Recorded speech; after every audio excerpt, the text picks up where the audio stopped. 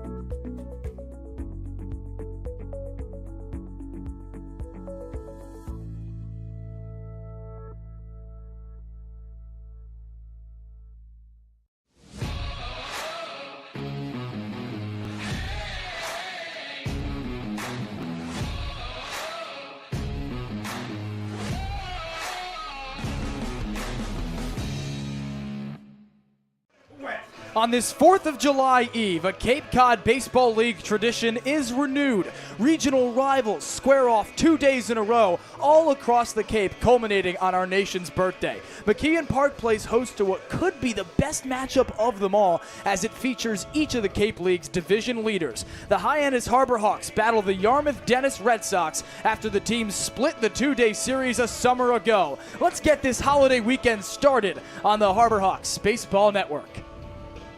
And folks, how lucky are we? Happy 4th of July Eve, and welcome up to the broadcast booth here at McKeon Park. With Charlie Adams and Max Schwartzberg, I'm Giovanni Collada. Max, we sure saw some late-inning fireworks on Sunday when these two teams met, even though the 4th is tomorrow, some game at Red Wilson Field. And Gio, you said it, the best of the East to the beast of the West, whatever you want to call it. It was one of the best games that I've ever watched and ever been there in person. And just going down to really what you saw, a lot of the teams were mirror images of each other. 6 runners left in scoring position on both sides, and Hyannis went 0 for 7 in that category, but it was the walks, Gio. 7 walks for Hyannis and 4 for Y-D. That was really the big difference maker. And Charlie, Hyannis certainly struggled with runners in scoring position on Sunday, but you come back against Harwich, they up that to one of their last 19 with runners in 180 feet or less from another run. As they come into today's game, the road to rectifying that figure becomes very difficult. And it's been very difficult. 3 of their last 4 games has been against the top pitching staffs in the league, and one of those pitching staffs was Yarmouth Dennis. They're facing their top guy today, Hunter Watkins, and tomorrow it doesn't get easier. Brady Hamilton coming up. It's going to be a tough stretch, but it could be big for the Harbor Hawks to get past this stretch and really show what offense they have. They may have their hands full in this crosstown rivalry on this holiday weekend. I caught up with manager Mitch Carricker ahead of it. Giovanni Collada here with manager Mitch Carricker ahead of Hyannis and Y-D. Coach, you said last night after the run rule loss to Katuitt that nothing was working for you. What are you looking to kickstart tonight? Really anything. Would like to get a good start on the mound and put some quality at-bats together like we talked about last night, like just string a few hits together and see if we can put some runs on the board. You saw this Y-D team very recently, just this past Sunday, an incredible game. Didn't go your way, but how do you build off that coming into today? Yeah, it was a fantastic game, and expect another really good one tonight. Again, they're really well coached. They have a really good squad, so it'll be a fun challenge. And this is you'll play for the only time in the regular season, Y-D back-to-back. What's that adjustment like, seeing them twice in a row? Yeah, this is a fun time of year. Obviously, the 4th of July and all that means for us, and fun to celebrate that, and to being able to do it with Y-D is always really fun. So I'm looking forward to a really fun 2 days. You said to me before the season that being on a baseball field on the 4th of July just seems right. What's it like for you to be on a baseball field at Cape Cod? Yeah, there's nothing better. This is like the purest form of baseball that you can get at the highest level. And so, like we talked about, this is as American as it gets, and we're really looking forward to it. Speaking of things that are American, any hot dogs, burgers in the dugout mid-game maybe? Yeah, possibly. I mean, our guys love the hot dogs here, so we're probably going to get after the hot dogs tonight and, maybe get a donut burger over at Y-D tomorrow. Looking forward to a fun holiday weekend, Coach. Thanks for your time. Thank you. Guys? Thanks. And Max, When we talk about the way that these two teams have played, and you hear Coach say that they've played, they're going to play now 4 days in a row. After playing on Sunday, you get them twice in a row for the only time all season. What's that like as a player? And let's not forget, Gio, this is exactly how college baseball is. These guys are constantly playing series against each other. They've come acquainted with tendencies. They're picking up on the little nicks and knacks of each and other team. And it's really important for Hyannis to be able to pick up on anything they can in this first game as we face them tomorrow at Y-D, and it's an opportunity there.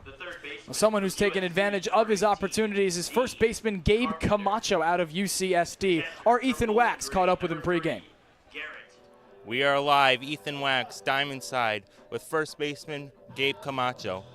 Gabe, after a difficult 11-1 defeat last night, what did you learn from that experience?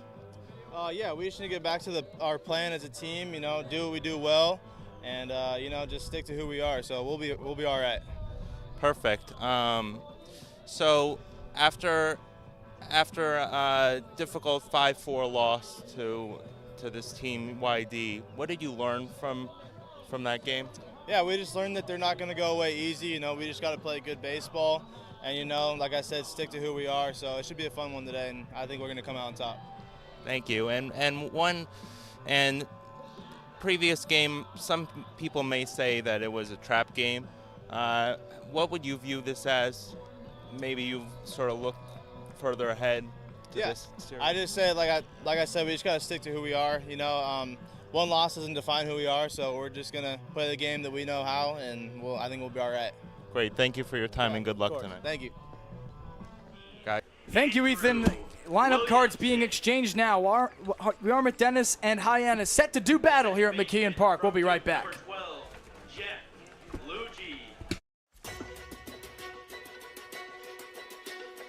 I think, Dean, they're allowing you to find your own success and your own true independence.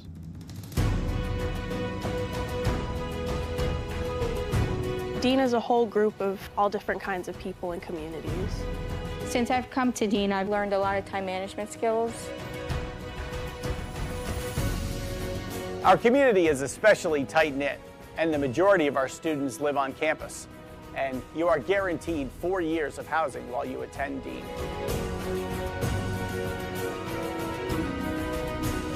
Dean is just full of opportunities for you to embrace, to welcome, so you can change yourself to who you want to be and form your career for the future. So go through that, all right? Think that way.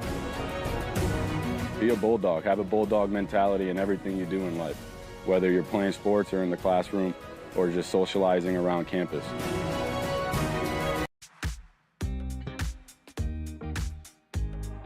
When it comes to delicious food, the best place to start is with great appliances. And Cam Appliances is your one-stop shop for any budget with brands like Thermador, Viking, Bosch, GE, and so much more.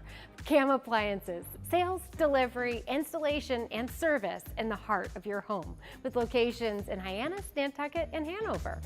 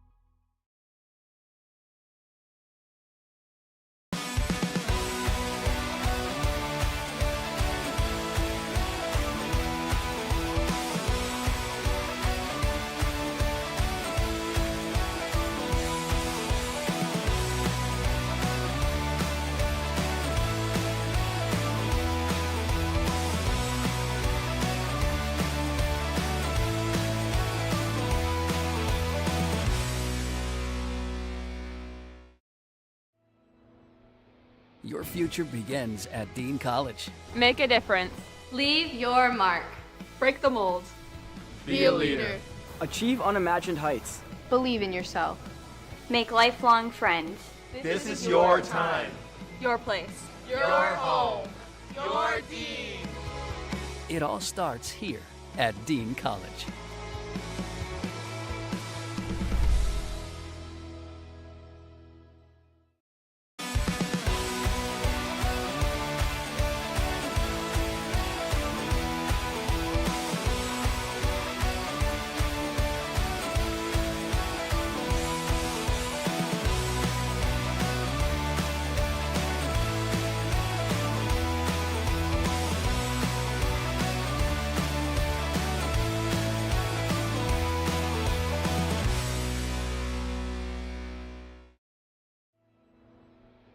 Your future begins at Dean College. Make a difference.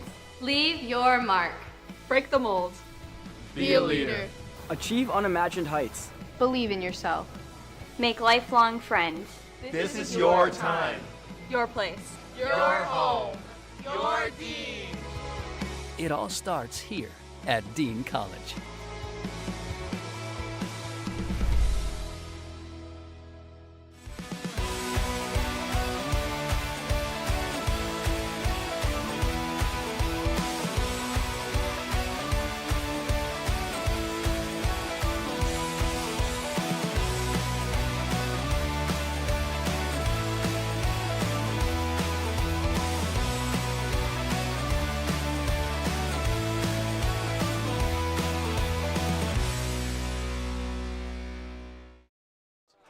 Welcome you back to McKeon Park. It's a beautiful evening on this 4th of July Eve, and let's take a look at who the Yarmouth-Dennis Red Sox will send to the plate to face Hyannis pitching tonight. You go lefty, righty, righty with Dowd, Miller, and Chris Hakopian. A.J. Soldra, as you see there, leads the league in slugging percentage and OPS. He has been phenomenal, the Seton Hall Pirate. It's Ortiz to Baker to Carpentier after him. Carpentier had a home run yesterday in the tie against Falmouth. Garrett Wright, the battery, and Jack Bell, a lefty, rings it up. And Max, you talk about how important slugging percentage is all season long, and Soldra has done that very well. I mean, he's looked great at the plate, very calm, cool, and collected approach. And what appeals to it, it's not about just home runs, and it's really about how hard you're hitting the baseball. Because if you're slugging, you are inherently hitting the ball harder. And if you're hitting the balls into the gap, really getting extra bases, you're putting yourself in a position to help your team succeed. And that's something that Hyannis is going to want to stop tonight. Of course, we've talked all season long that they've been able to strand runners, but when they're walking so many guys like they've been doing recently, it becomes harder, and we saw that last night. The big inning for Katuitt. And Richie Roman toes the rubber for Hyannis tonight. The rising junior is a Texan through and through. Attends Texas, or I believe it's Houston, because I call him the Houston Hurricane, native of Corpus Christi in Texas. Last time out, he started at Orleans, stretched to 4 innings, Charlie, did allow 4 earned runs in a fervent Orleans comeback after Hyannis surged ahead 8-1, but allows 2 hits, 2 walks 2, and strikes out a couple. And that was a great appearance for Richie Roman. We saw him early in the season coming out of the bullpen. He comes and makes a start in Orleans, and he really showed off there and gets another chance to start the Harbor Hawks off on the mound again. They call him the Houston Hurricane. He says that nickname comes from his college team for the Cougars. And he's sure done a very good job of being a Hurricane so far this season for Hyannis. This is 4th start of the summer, rather 4th appearance of the summer. Prior to relief appearances came against Bourne on the 19th and against Harwich on the 15th. And Max, what do you see from Roman tonight? 6.31 ERA last spring for Houston. He's got some good stuff, but struggles late into his starts. Well, let's go back into that Orleans start, and I really like what you just said. Late into his starts, that's where he's been struggling. Those first 2 innings in Orleans on the 27th, 1-2-3. Why, Gio? Because he was throwing first pitch strikes, filling up the zone, and then it got a little bit hairy in there. So tonight, I know it sounds like grass is green, but he needs to stay in the strike zone right here, especially early in counts, to put himself in an advantage. And that's what Carson Yassa did largely early on. That's why we saw him get 6 punch-outs against these Y-D Red Sox last Sunday. But, Gio, I really want to see him start strong and end strong. Let's go through the defensive alignment for Hyannis, how they'll line him up behind Roman. From left to right in the outfield, it's Hayden Federico making his return to the lineup in left. Jason Walk leads off once again. He's back in center field. Andrew Williamson has played every game that he hasn't DH'd in right. From third to first, Velasquez Willits back at short. He had a first-inning home run yesterday in the run rule loss to Katuitt. Jeff Luigi replaces Ryan McKay at second base. McKay, as you see in that bottom right, taking the DH spot. The aforementioned Gabe Camacho in his first base post, and Brody Briggs, the battery for Richie Roman. It's not quite Friday, but Y-D has broken out the red here at McKeon Park. Hyannis in those pinstripes, as you see, with special 4th of July hats. You got a star with the Hyannis Harbor Hawk H in the center of it. Really cool looking tips. Caps, rather. Really great hat right there. What I was looking for in tips. Not like the black tees at a golf course. Wind blowing behind the batter on the flag in right center field.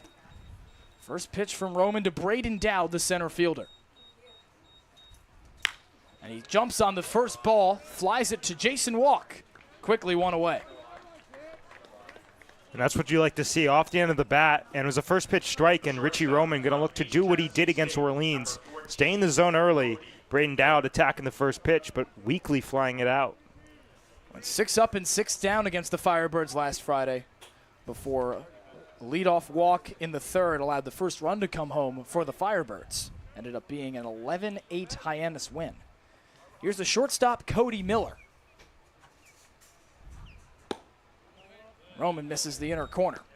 You saw Y-D take the first pitch they saw and drive it. You know, that's what happens when you start seeing these teams multiple times get some confidence and get some early swings off.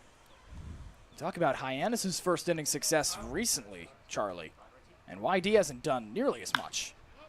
Miller skies this foul and out of play. A level the count.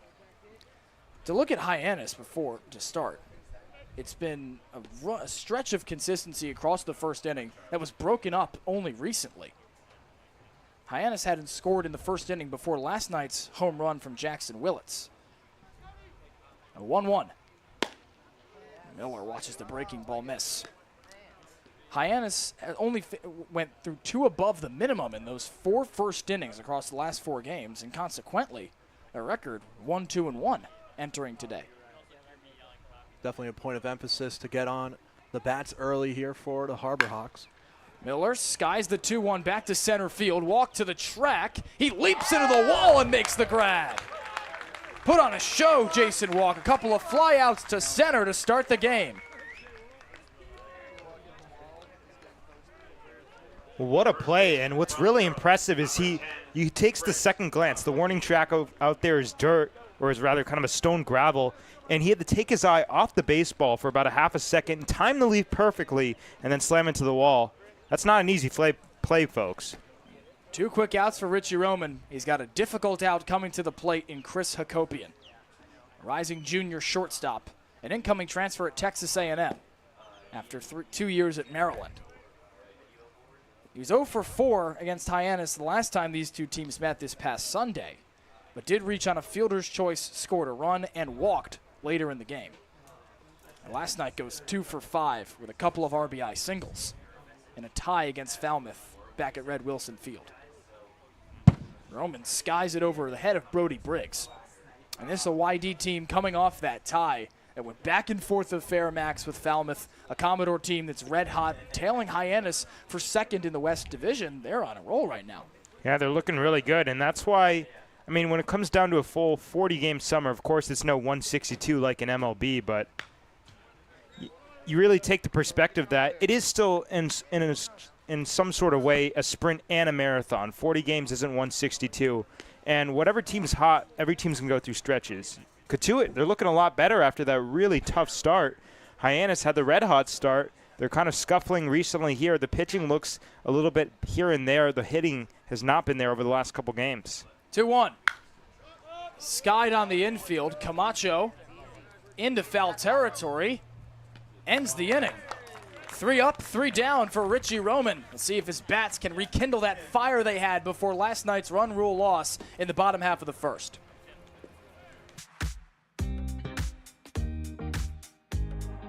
When it comes to delicious food, the best place to start is with great appliances. And Cam Appliances is your one-stop shop for any budget with brands like Thermador, Viking, Bosch, GE, and so much more.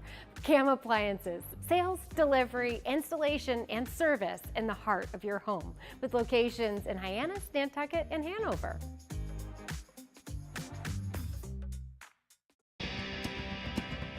If you need to dig, lift, move, grade, clear, or cut, pump, weld, clean, light, and just about anything else, dial up the rental source for the newest and the most reliable equipment in New England. Staffed with equipment and construction experts, Milton Rents, your local source. The Cape Cod The bottom half of the first here at McKeon Park, Richie Roman sends the Red Sox down 1-2-3. Of course, last Sunday, the teams traded scoreless frames for the first 3 innings before the runs started getting on the board. The fireworks, if you will, on this holiday weekend. Let's go through the Harbor Hawks lineup. Mitch Carrickle will line them up against this great Y-D pitching staff. It's Jason Walk back in the leadoff spot after batting 8th yesterday, trying to lengthen the lineup. Ryan McKay gets a night off from playing the field. He's at DH and batting 2nd. Jackson Willits back at shortstop. You mentioned that first inning home run against Cotuit a night ago. The lone run of the game for Hyannis. Camacho has batted cleanup each of the last 3 games. Ray Velasquez has also batted 5th in each of the last 4 that he's played. Well, Andrew Williamson's got that great OPS at home and looking to keep it up here after a bit of a slow stretch, starting a hot start to the season. Jeff Lugi's back in the lineup. He's going to take McKay's normal spot at 2nd. Hayden Federico, one of 3 switch hitters in the lineup. He's in the left. Brody Briggs, the battery, back behind the dish for Hyannis. And atop the bump for the Red Sox, it's Hunter Watkins, who is leading this Y-D team in ERA at an astounding 123. But Charlie, perhaps the more jarring number is that the combined whip of the 2 starters in these upcoming games for Y-D against Hyannis is 1.68. Yeah, and a .68 whip for Watkins is just absurd. Walk slices the first pitch foul.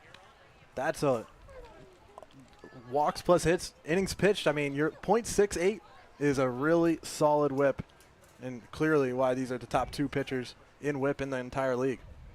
Watkins, the rising junior at Oklahoma State, tails a breaking ball in the inner corner. He's got a fastball max that tops out around 92. A curveball, though, that's in the high 60s to low 70s. Wow. That'll make the fastball look like it's 102. Walk takes an 0-2 with the letters.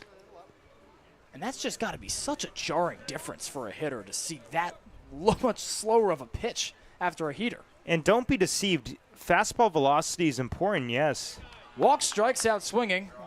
On to throw Garrett Wright.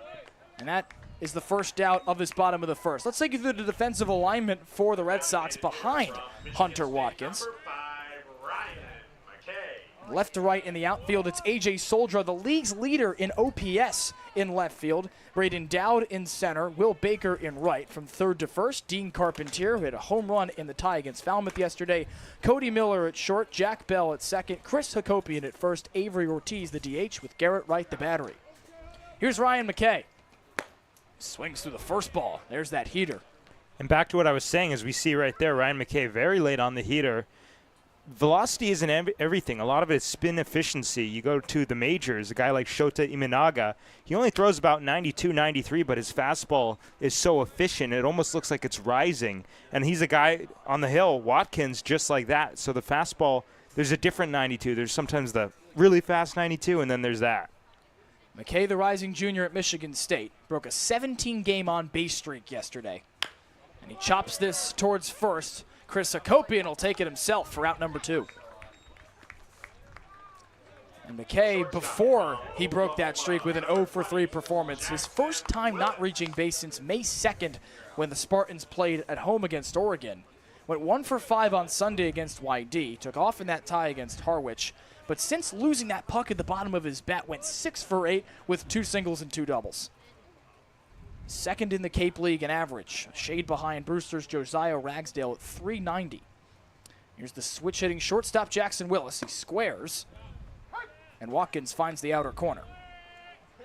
Willits, a rising junior at Oklahoma and a native of Fort Cobb. He plays at Norman with was supposed to be with his brother Eli, of course pending MLB draft decision, and with his father Reggie, who's an assistant coach for the Sooners. And Willits has enjoyed a remarkable start to his 2nd Cape League campaign. And I talked to him earlier today before the game about his approach, especially going from the metal bat in college to the wood bat, and he says his approach has not changed at all. He taps this softly. Watkins scrambling for it. Throws it to Hakopian with his foot nearly coming off the bag, but it's out number 3. The teams trade 1, 2, 3 innings. We had top 2 with no score between Y-D and Hyannis. This week we've been working a lot with doing play-by-plays, just doing behind-the-scenes stuff with sports broadcasting, which I never really realized how much went into it, but it's been really cool. They've grown a lot. I've never really done like a program like this before, so like seeing all the behind-the-scenes has like really grown. I've learned how to really just gain confidence in my play-by-play speaking, and I've learned more terms here when it comes to directing and producing, and I've just had a great time with John Rook. Doing the play-by-play stuff and all that, being with a guy like John Rook, understanding what like the major kind of entails doing this camp, just really a preview for what you do here at Dean or any other college doing broadcasting, so I'm definitely more prepared to make this a job of mine. Cape Cod 5 is proud to be the official banking partner of the Cape Cod Baseball League. Cape Cod 5 offers a broad range of financial products and services tailored for every stage in your financial journey. Reach out to us. We're here to help.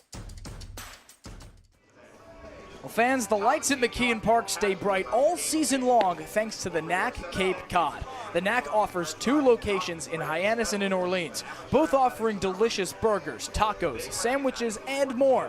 Visit the NAC Cape Cod to order online today. The NAC Cape Cod is proud to be the Light Up the Park sponsor of the Harbor Hawks all season long. Time for the top of the second. Richie Roman on for another inning of work after he fanned the first 3 batters he saw in a row. He'll get A.J. Soldra, Avery Ortiz, and Will Baker. Soldra, the league's leader in OPS, and as well as the team leader in slugging percentage. Avery Ortiz tagged the Harbor Hawks for that walk-off RBI single in the win for the Y-D on Sunday. And I'm sure no one in the Harbor Hawks dugout forgot that after the celebration they had. They want to have some celebrations this season. Why not tonight? Start with Soldra, Seton Hall Pirate, rising junior out of Orange, Connecticut. 1 for his last 8, including that Sunday against Hyannis. He struck out twice in that game. First pitch breaking ball, clips the knees. Roman's numbers for you. He's topping out at 95 today. That slider you just saw, 82 to 84 miles per hour.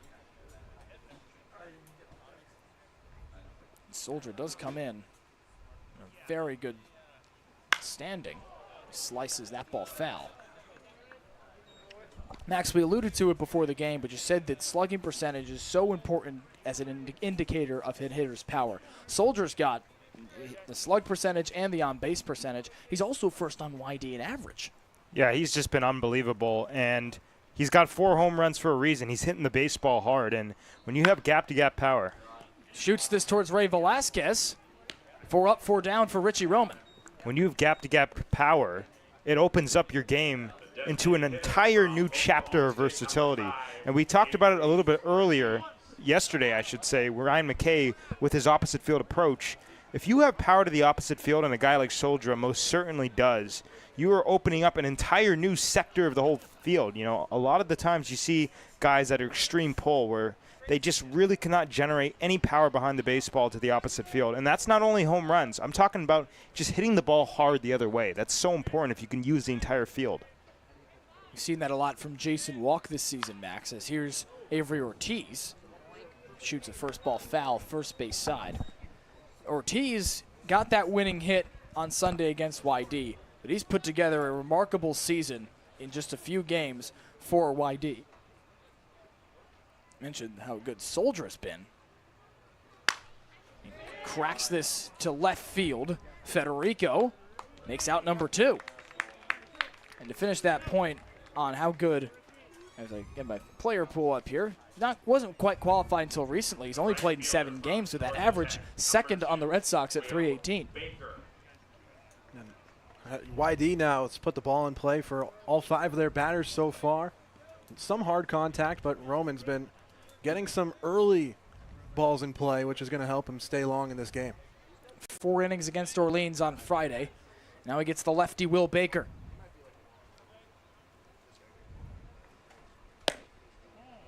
Fastball misses. And for Baker, it was last night with a first inning 2-run homer. His only hit of the game. Also struck out twice in the tie against the Commodores. Went 1 for 2 with a couple of walks and a single against these Harbor Hawks on Sunday. And Roman levels the count. Bit of a glance back in the discussion there with the home plate umpire, Sam Finn, after that strike call. First in the East versus first in the West in this game. Last time, the former took the heavyweight battle. Clocks a 1-1 down the third base line. That'll go all the way to the corner. Baker takes a wide turnaround first as Federico cuts it off.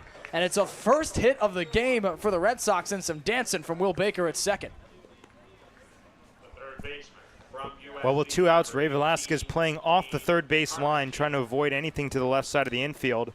And he hit it hard. He was pretty late on the pitch, but he was able to keep the barrel in the zone for a long part of the swing path.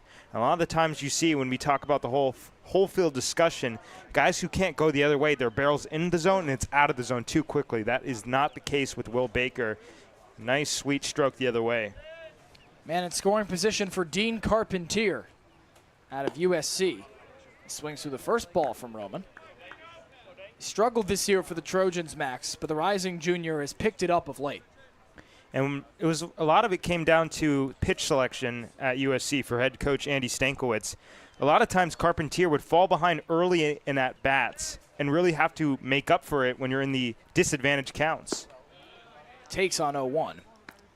And when you get in those disadvantaged counts and you're selecting those pitches, does that come down to your pitch recognition or your swing decisions as a hitter? I think it's a little bit of both, Gio, and something that you have to take into account. Let's say it's early in the at-bat, first pitch. If a guy dots a fastball on the low and outside corner, unless that's your hot zone, you probably don't want to swing it right there. Carpentier ahead here and showing some discipline to lay off that breaking ball.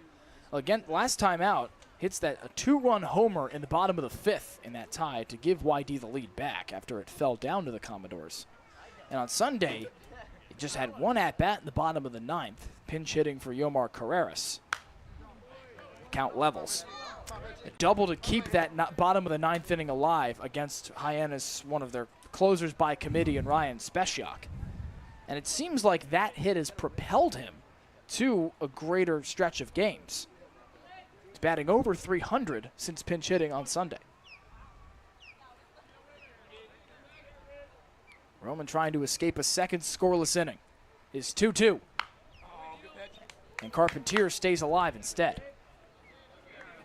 Something we've talked about this season is that when a guy is not going well or when a guy is going well, all it takes is one at-bat for everything to change. And like you said, Gio, clearly that kick started something. It was a nice double down the left field line against a very talented Ryan Speciak. Will Baker stands on second with a double of his own here in this game. 2-2. Carpentier mashes this to left center field. Federico back on it. That ball's in the trees. Dean Carpentier at his old tricks again. Back-to-back games with a 2-run blast. And he gives the Red Sox a 2-run advantage here in the second.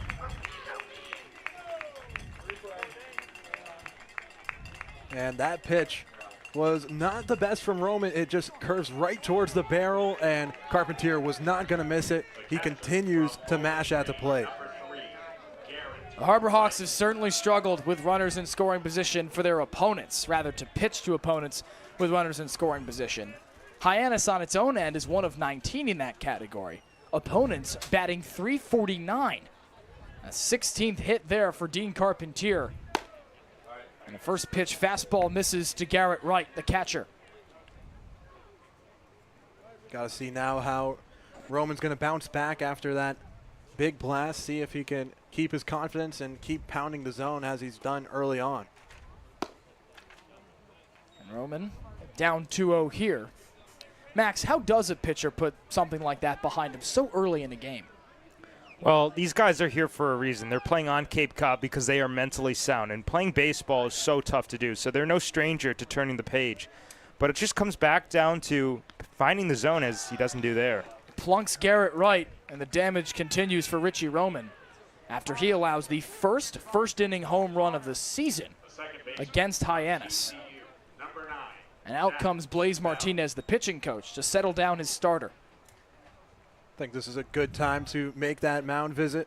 Really a chance here to talk things over, get back on the same page. Tried to bounce back and couldn't find a strike zone there against Wright, but now You're facing number 9 here, Jack Bell. Try to get your third out here. Red Sox, as you mentioned, in danger of flipping the order for a first time in this game. That's something that Hyannis did very well at one point in this season. Last 4 games, it hasn't flipped the order through 3. Max, what's the benefit of getting guys multiple looks through 2 frames? Well, they say each time that you see a guy throughout the order, your batting average jumps up many points. And we've seen a lot of times this season, Andrew Williamson, Jackson Willis, whoever it is, recognizing pitches and then signaling to the dugout what type of pitches he's seeing. And when a guy could do that themselves in the batter's box, they start to really recognize different breaks, different speed changes. It opens up a whole new world of opportunities in the box. You see aforementioned Jack Bell, and Roman jumps out ahead early. After that discussion with Blaze Martinez, pitching coach who's worked with pitchers all across the Northeast. Garrett Wright's on first, and Roman trying to get out of this tumultuous second frame. Runner got a decent jump. Snap throw to first. Camacho can't spin it around in time. Something that Brody Briggs did twice last game, catch runners along the base paths. The Arizona State Sun Devil told me, Charlie, that he hadn't gotten a chance to do that a whole lot. And as he goes back to Tempe, as the guy, needs the chance to develop there. And being behind the plate, that's the most fun part of your job right there. Getting to throw it around the diamond, get it on the money, and really pick your team up. It was really cool to see him say that he needs that work. You don't see college players at this level. Yes, they're humble and they'll admit where they fall short, but for him to stress it that much was jarring. Snaps out of his crouch again as Roman levels the count. Wind blowing at the back of the batter. And Dean Carpentier used that advantage to leave the ballpark to left center field. Jack Bell to plate here, and he loads the count 3-2. Those are some disheartening misses to see. It seems like a mechanical issue right there because we've seen the fastball now a couple times in this inning, missing way up and away, just slipping out of the hands. Usually when that happens, he's releasing the ball too late. So either his front foot's coming down early. 3-2, off goes the runner. Chop towards Camacho, a high hop to end the inning. Richie Roman allows his first damage of the start. It's a 2-run shot for Dean Carpentier, and the Red Sox take that lead to the bottom of the second. This week we've been working a lot with doing play-by-plays, just doing behind-the-scenes stuff with sports broadcasting, which I never really realized how much went into it, but it's been really cool. They've grown a lot. I've never really done like a program like this before, so like seeing all the behind-the-scenes, so like really grown. I've learned how to really just gain confidence in my play-by-play speaking, and I've learned more terms here when it comes to directing and producing, and I've just had a great time with John Rook. Doing the play-by-play stuff and all that, being with a guy like John Rook, understanding what like the major kind of entails doing this camp, just really a preview for what you do here at Dean or any other college doing broadcasting, so I'm definitely more prepared to make this a job of mine. Cape Cod 5 is proud to be the official banking partner of the Cape Cod Baseball League. Cape Cod 5 offers a broad range of financial products and services tailored for every stage in your financial journey. Reach out to us. We're here to help. For each Harbor Hawks home run hit here at McKeon Park this season, $50 is donated to the Family Pantry of Cape Cod by Monomoy Real Estate and Construction and Pretty Picky Properties Select Vacation Rentals. Pretty Picky and Monomoy, the team with everything you need to hit a real estate home run on Cape Cod. Well, as Dean Carpentier hit one of those home runs in the top of the second inning, it gave Y-D a 2-0 lead that it takes into the bottom of this frame for starter Hunter Watkins, who's been nothing but amazing so far this season. But first, let's see who that Harbor Hawk is. Not with our answer, but with our clue, rather. I completely messed that up, folks. Florida State Seminole, now with the Houston Astros, a recent Harbor Hawk, Max. This one's easy. Given your MLB fandom, you should be able to get this one. And I imagine that those that play along on X will have an easy time with this one, as they have with the prior 4. Someone's guessed it correctly every time we've done it. I think I know this one as well. Well, don't you make them, Charlie? Yeah, I mean, sucks that I went with an easy one. I would hope you knew who it was. Here's Gabe Camacho. Shoots it foul behind him. 4, 5, and 6 due up for Hyannis after Jason Walk, Ryan McKay, and Jackson Willits went down in order. Against this righty, Hunter Watkins, who's done, as you mentioned, you heard, nothing but rake this season. Rising junior out of Simi Valley, California, Oklahoma State Cowboy. Camacho turns on that ball. Just shy of the Hyannis Harbor in right field. That was a loud sound. Straight into the trees in a hurry right there. There's some power in that bat for Gabe Camacho. And looking to capitalize here against Watkins. Didn't quite get to show it at San Diego, did Camacho, after transferring in from Pacific in the West Coast Conference. He goes to the Big West and hits 7 homers for the Tridents, 10 in his year at Pacific back in 2024.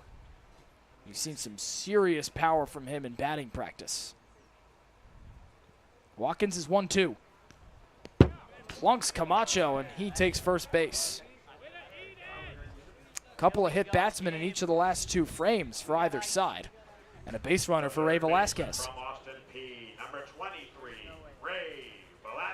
Velasquez, a rising senior at Austin P, a native of nearby Lowell, Massachusetts. 1 for his last 9. Just 1 strikeout. So, Max, is he just not seeing the ball well? Yeah, I mean, guys go through stretches. And we know Velasquez, of course, led the team to the first week at 389 average.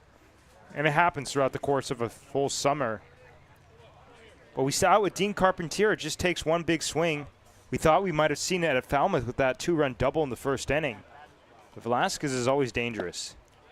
That double is Velasquez's last hit since that Falmouth game here at home on June 28th.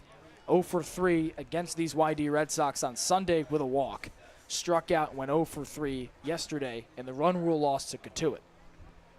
He's down 0-1 here. Now 0-2. It's a nasty slider right there. Starts it on the inside corner and it ends up on the outside corner. So coast to coast across the plate. And we mentioned the hot start for Hunter Watkins, Charlie. 6th in the Cape League in ERA, 4th in batting average allowed, tied for the most innings at 14 2/3, and has that top 5 lowest top 5 in WHIP at number 2. And he's coming out and doing exactly as advertised so far. He's attacking hitters and not letting many on the hit by pitch there. Even that's really not normal for Hunter Watkins this season. He's a Cape League returner after pitching in 3 games with the Catuit Kettleers last summer. He came over to Oklahoma State from Grand Canyon, and for the Cowboys registered a 5.43 ERA.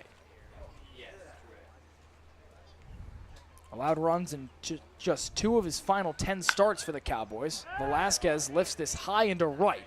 Will Baker, a charge on it, and out number 1.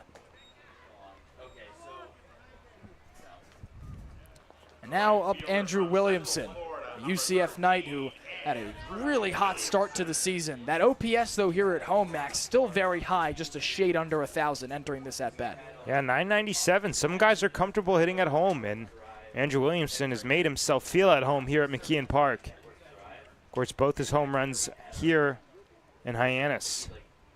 Both of them no doubters as well. Feels like nothing on the ground with Andrew Williamson. He flew both of those home runs over the scoreboard in right center. That average was at 1 point at 350, and there you see just a shade over 200. Camacho on first base. Check swing, no appeal, and it's 1-1. Yesterday at Catuit was 0 for 2 with a strikeout. Had a leaping attempt to grab a homer from Rintaro Sasaki right by that scoreboard. Decisive moment in the 6th, and he launches this one into left center field, and the right fielder Soldra called off by Braden Dowd for out number 2. Off the bat there, Max, that one looked like it had a shot. Yeah, it did. Not honestly, probably one of the toughest parts of the yard to hit it. Had it been more left center field, as we saw with Dean Carpentier, maybe a chance. But Williamson, it didn't really have that sound, but it just shows the power that he doesn't even square it up fully, and it travels all the way to the warning track. Long second out for Andrew Williamson. Hunter Watkins looking to face 1 above the minimum through 2. And Jeff Luigi at the plate to try and avoid that. Takes the first ball inside, and Camacho will jog into second. See how it's scored. We now a runner in scoring position for Hyannis, and this is a decisive piece of tonight's game, Max, that the Harbor Hawks are one of their last 19 with runners in scoring position.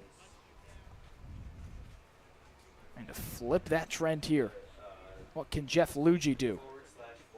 Rising sophomore out of Duke at the plate. With the wind at his back, Watkins check up on second. And after yesterday, at least you have a chance here with a runner in scoring position. See if you can convert it, but getting those opportunities has been a problem recently as well. Camacho got there with the wild pitch from Hunter Watkins. And Luigi ropes this down the first base line. It's going to stay fair. Camacho gets the wave. He'll jog in easily. And Jeff Luigi's going to stand up into second base. The Harbor Hawks get one back. Now, how good has Jeff Luigi been since he's arrived here in Hyannis? He's coming through in big spot after big spot when he's in the lineup. You saw him DH earlier in the week, and here deliver the first Hyannis run in the bottom of the second. We've also seen him make some pretty great plays in the field, especially in his debut at Harwich. And now he's getting it done in the batter's box, and that's got to feel good. We mentioned one for their last 19. Their first hit in runners in scoring position against these Y-D Red Sox all season long. He trades spots with Gabe Camacho at second base. Comes home for the first run of the game for Hyannis. And Jeff Luigi, you mentioned that hot start. Hayden Federico taps the first pitch foul. He goes 1 for 1 with a walk in his debut here at home against Falmouth. Essentially started a rally in that in the third inning. 5 runs for Hyannis with a 1-out walk. That eventually, after the fog, secured Hyannis the win. Harbor Hawks didn't trail after that. The Ole Miss Rebel takes a ball down low.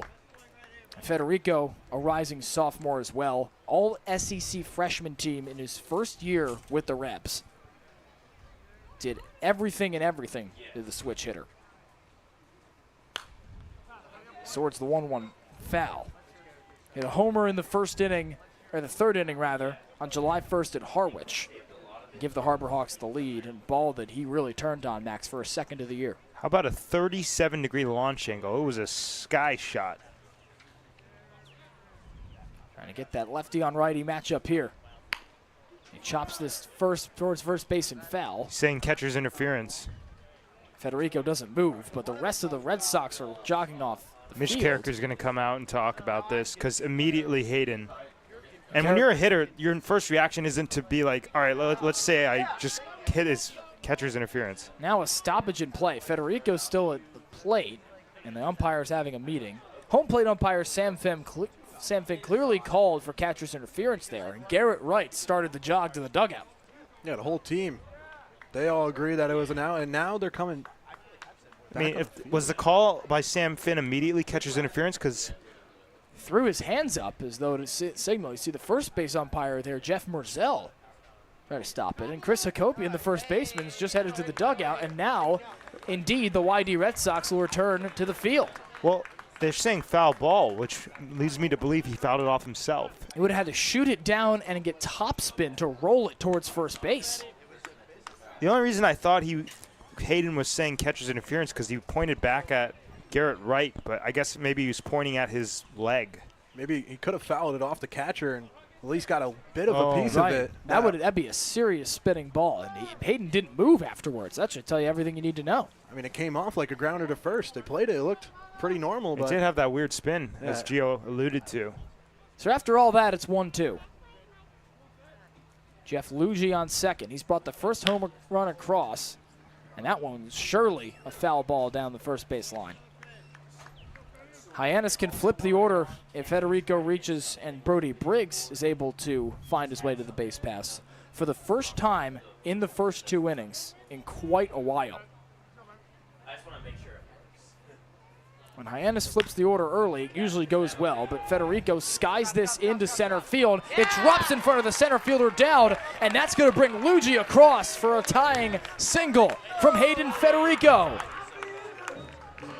They thought they were going to the dugout with just one above the minimum. Instead, Hayden Federico has tied this game up at 2. Look at this, right off the end of the bat. That just shows you the value of putting the ball in play. Federico fighting off pitches all at bat long. Another professional at bat from the rising sophomore. Harbor Hawks 2 for 2 today with RISP.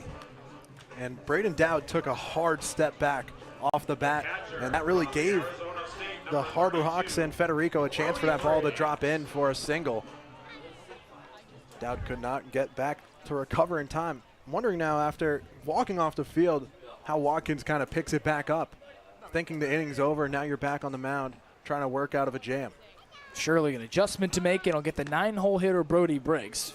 First, a check on Hayden Federico at first. Good things happen, as I began to mention, when Hyannis flips the order early. In the last 4 games, though, the Harbor Hawks haven't done that through 3 innings, and thus a 1-2-1 record is followed. But from June 16th to June 28th, they flipped it 8 times in 9 games in those first 2 frames, and the record was 5-3-1. By far the Harbor Hawks' best stretch of this young summer. And it showed on the scoreboard, too. The average of 6 runs across those games as Briggs shows bunt with 2 outs and Federico on first. Runs follow when you get multiple looks early, Matt. Or Max. You're not Matt. Close. Every time I order something, somebody always says, Matt? Huh. No, Max. Briggs turns on another foul ball. And for Brody Briggs, this summer is as decisive behind the plate, at the plate rather, as it is behind it. Hasn't done all too well, as you saw there, with an average just a shade under 100. Went 0 for 4 with a sacrifice bunt at Harwich, but did get to work on that defense behind the dish with a couple runners caught stealing. Trying to stay alive here and keep this inning going to flip the order through 2 for the first time in 4 games. Hayden had a really big lead over there at first.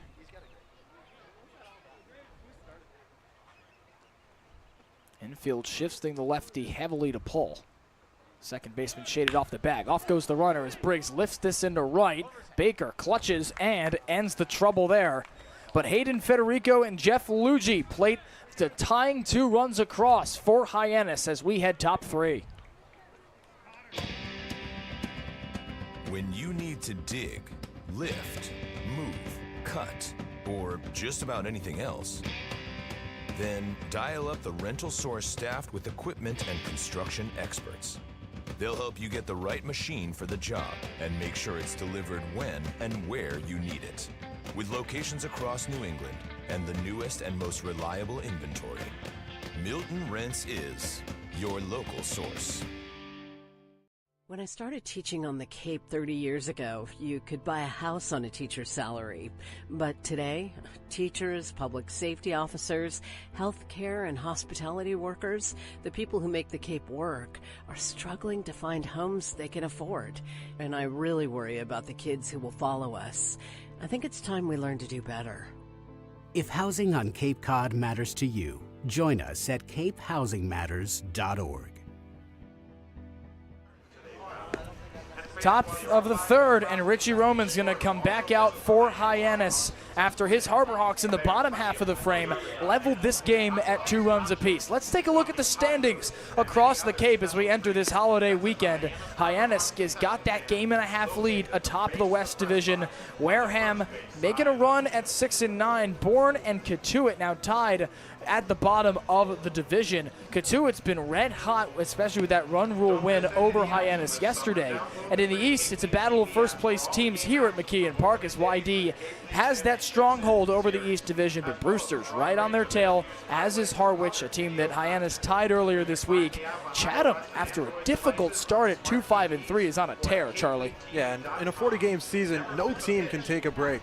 You always have to be on your horse, worrying about the guy behind you catching up, and it just shows early on in the season a lot of changes up and down the standings on both divisions. 8 of the 10 teams make the postseason, and that just shows you, you've got to be really bad to get that last spot, but can also, with as much parity as we've seen from the league in recent years, could come down to how a team plays in the postseason. Harwich didn't win a game for 17 days last year and won the Cape Cod Baseball League championship. Yeah, it's all about momentum, and you saw with Catuit, it's looking like they might be an early elimination from the division, and then they get on a streak, and they get going, and now everybody's fighting. Anyone's league, any time of the summer. Y-D flips the order to start the third, so a second look rather for Braden Dowd. Flew out in the first inning. Doesn't go first pitch swinging here, and instead goes down 0-1. Dowd, formerly teammates with Dean Carpentier at USC. He's in the transfer portal as of this moment for his rising junior season, the native out of Clarkston, Michigan.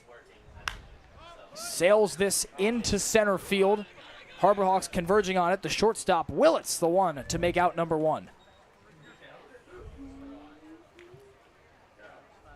And everything has seemed to come in play for Richie Roman. Or rather, everything has come in play for Richie Roman. 0 strikeouts through 2 frames for a Harbor Hawks team that struck out as many as 18 batters in a game this season. Yeah, and pitching to contact, he's up to 34 pitches so far. A lot of life left in the arm here in the top of the third. Just got to eliminate some of the hard contact that we even saw early on with the 2 flyouts to start the game. And, of course, the home run. First pitch to Cody Miller is ball 1. And just a couple of difficult at-bats for Richie Roman in that second inning. The double from Will Baker. Dean Carpentier brings him home with a 2-run shot. Hits Garrett Wright, but it strands him. He settles in nicely, at least to start. And he levels the count to Cody Miller. And you like to see at least the majority today still Roman has been in the strike zone to start at bats. And I know we talk about it, and I sound like a broken record, but it is so much in your benefit to jump ahead of hitters because you're constantly just climbing out of a hole. The deeper into an account you fall behind.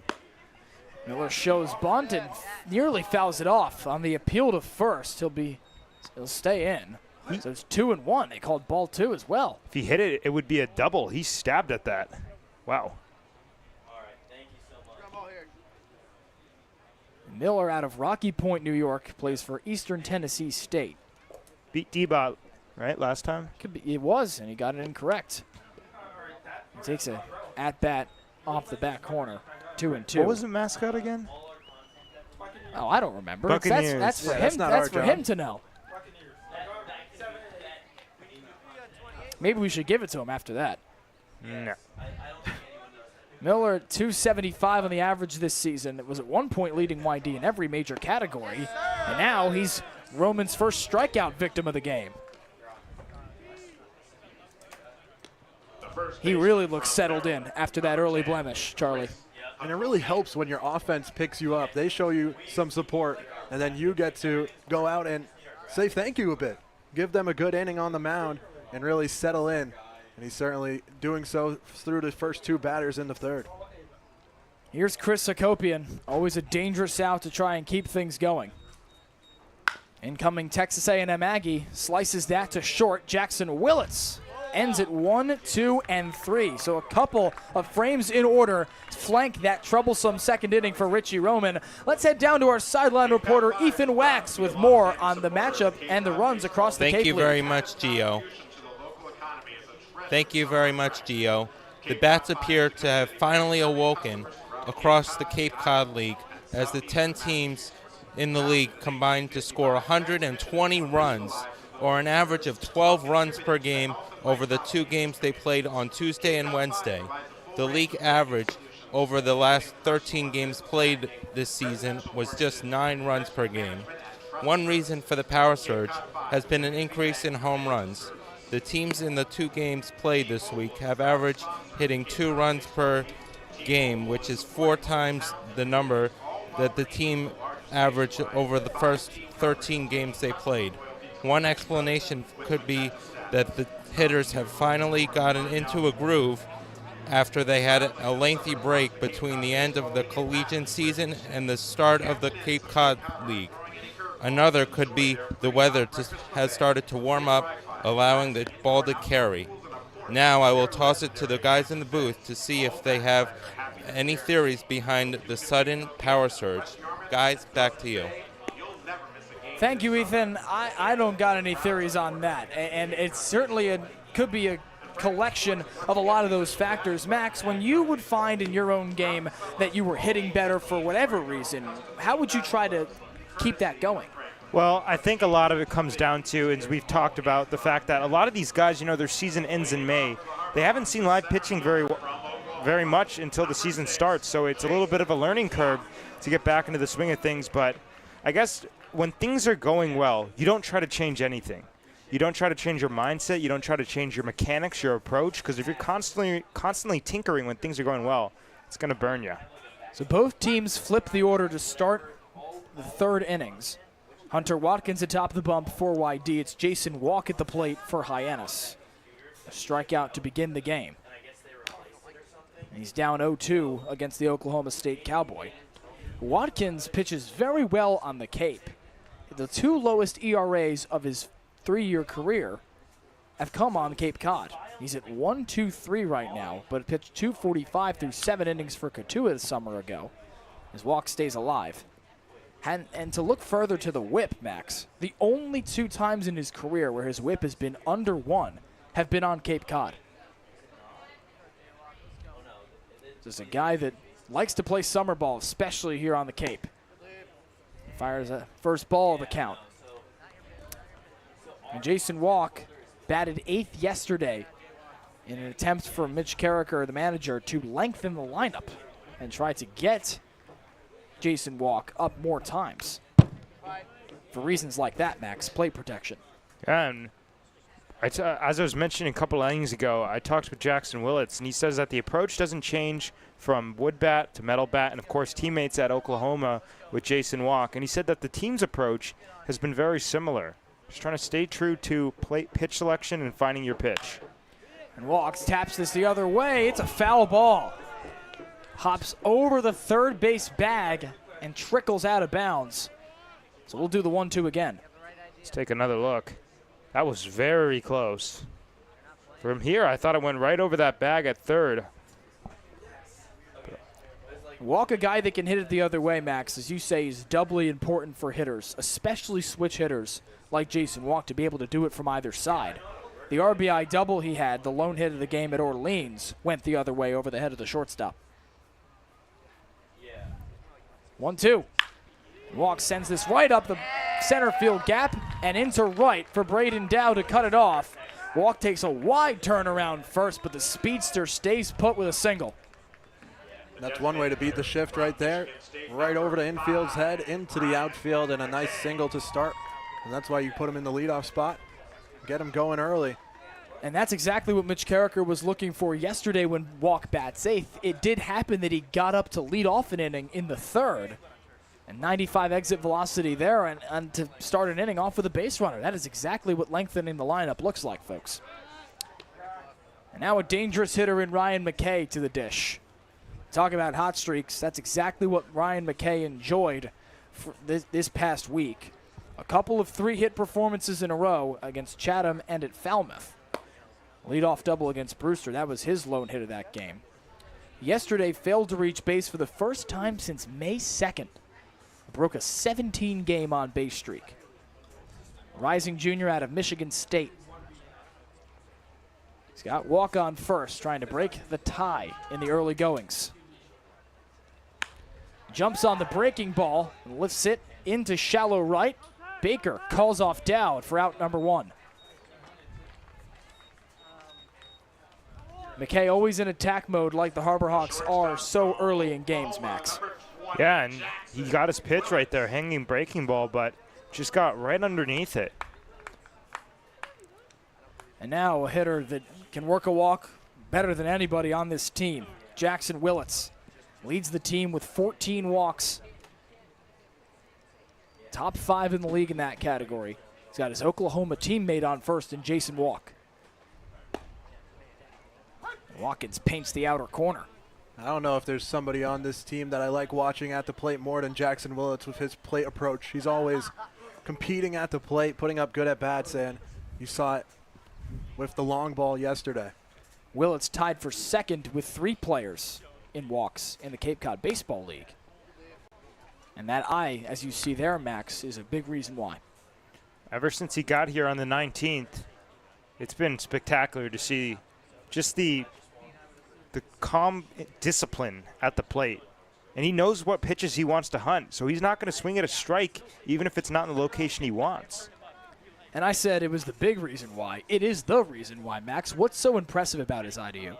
I think just the confidence in his own skill in terms of when I say like not swinging at a strike, you know, early in an account, if there's something in the low and outside corner, you know, they're dotting the corners. A lot of guys see strike, they're going to swing.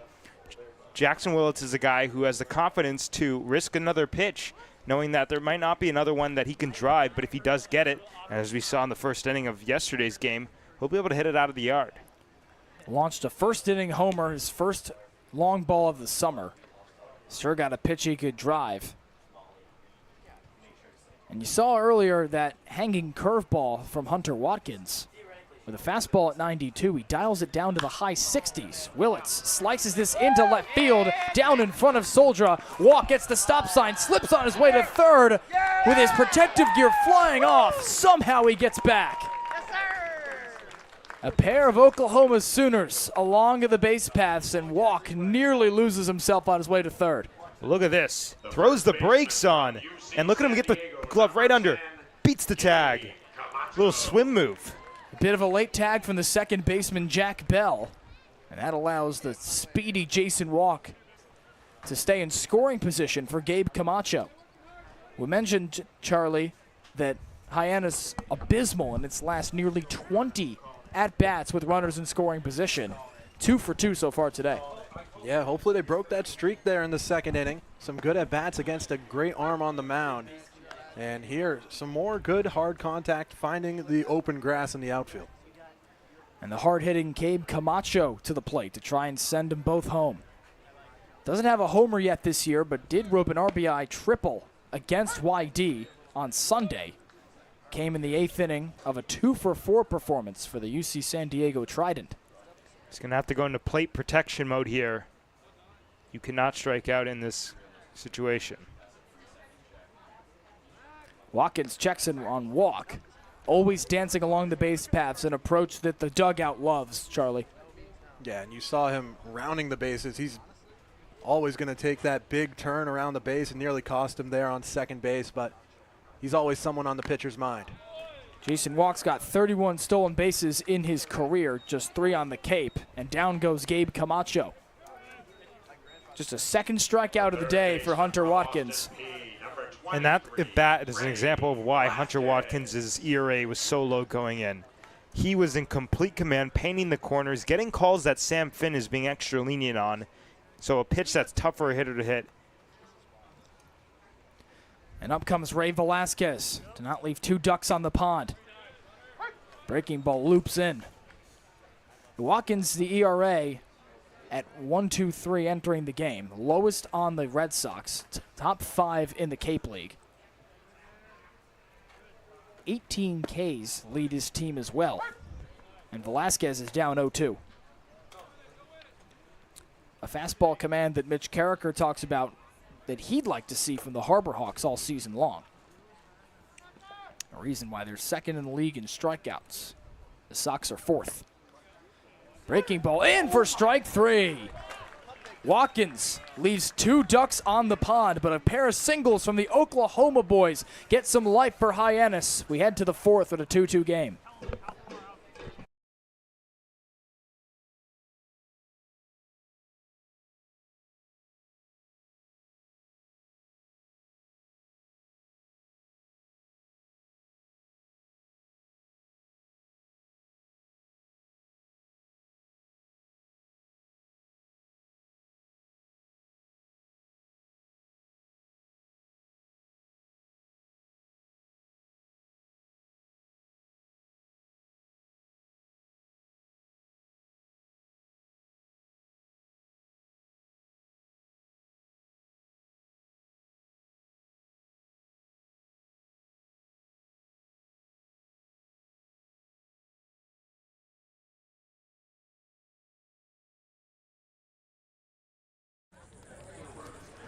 We're through 3 at McKeon Park, and it is exactly the barn burner that both of these sides expected after a 5-4 decision on Sunday between Y-D and Hyannis. We've got ourselves a level ball game at 2, Max, and a couple of displays of power from the Red Sox and some small ball from Hyannis have us in this spot. And kind of almost reflective of what we saw on Sunday. It's going to be a tight game, and what you like to see from both sides is that the pitching has been very clean. Of course, the hit by pitch for Hyannis, but a lot of baseball left to be played. But this is very illustrative of what MLB matchups look like when the pitching is on fire. The bats, they have some big hits, as we saw with the Harbor Hawks, and of course Dean Carpenter's 2-run home run, but the pitching going to be far superior. We saw back-to-back Ks to end that rally.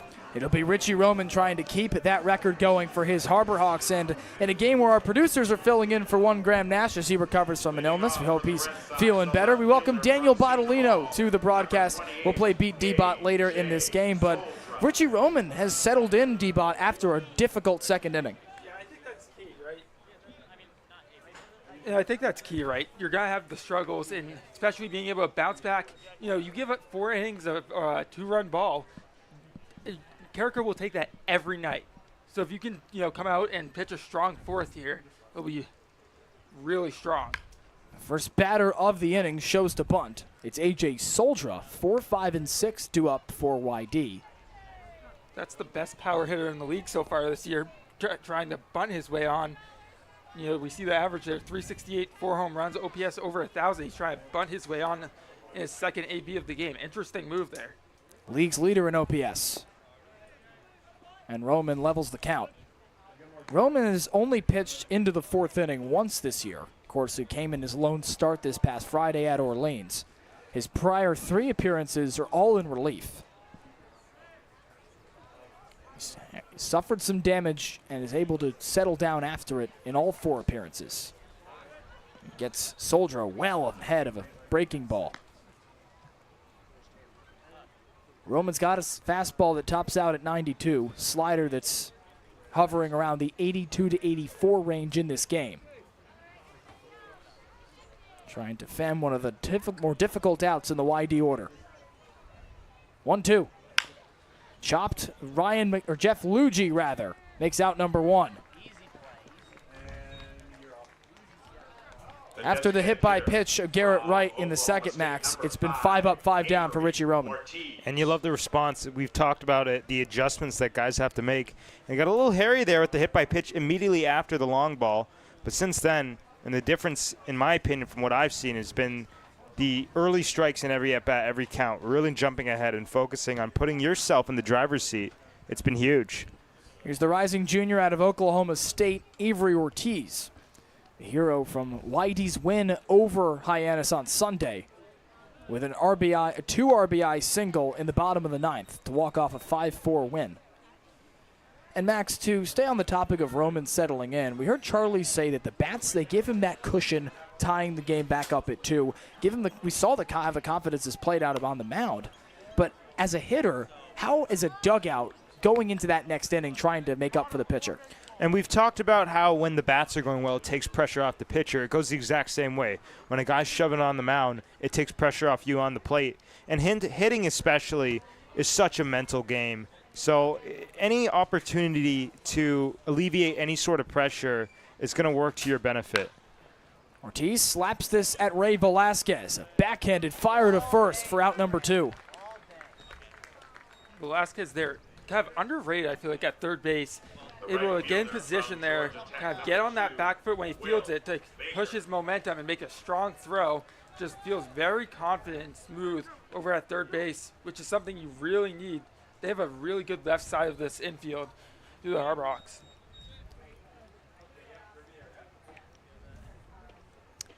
Velasquez has been at the hot corner in each of his last 4 appearances. And just DHing in a couple games this year. Batted in the 5-hole virtually every outing. And Roman jumps down to Will Baker. Baker got it started for Y-D in the last inning with a 2-out double in the second that allowed Dean Carpentier to match that 2-run home run. There's 1-1 here, and he's shaken up after. This is something we've seen a lot so far this summer, Max. The home plate umpire giving these guys their time after some wary pitches. Yep, professional courtesy. It's the little things that matter, I like to say. Of course, the Cape Cod Baseball League, a place for players to develop. Injuries an unfortunate part of sports, but good on the umpires for doing what they can to mitigate them. Hot bat of Carpentier waits in the on-deck circle. Roman trying to get through his 4th inning of work with just those 2 runs allowed. He misses inside that fastball. They call Roman the Houston Hurricane, and we've seen it so far tonight, D-Bot. Yeah, he really, I think what he does well is he hides the ball too. We've seen a lot of check swings and kind of foul offs on unsure swings. I think it's because he hides it to the last second. You can't really pick up. You know, he's able to keep it behind his body until he really is about to release it. So you're not really able to tell how he's gripping it or anything like that until you see it out of the hand. And by that point, you know, you really got to be on it. You have to be guessing right. And the confidence from Coach Carricker. No one warming in the bullpen. Fastball in the outer corner will load the count. You know, he wanted that one. Really good pitch there, nibbling the corner. Didn't miss by much, but now let's see where he goes if he goes back to that on 3-2. Shakes the first sign from his battery, Brody Briggs. Full count payoff. Swing and a miss. Will Baker fends up for the first time today. It's the 2nd K for Richie Roman to end the 4th inning, and Hyannis keeps level with Y-D.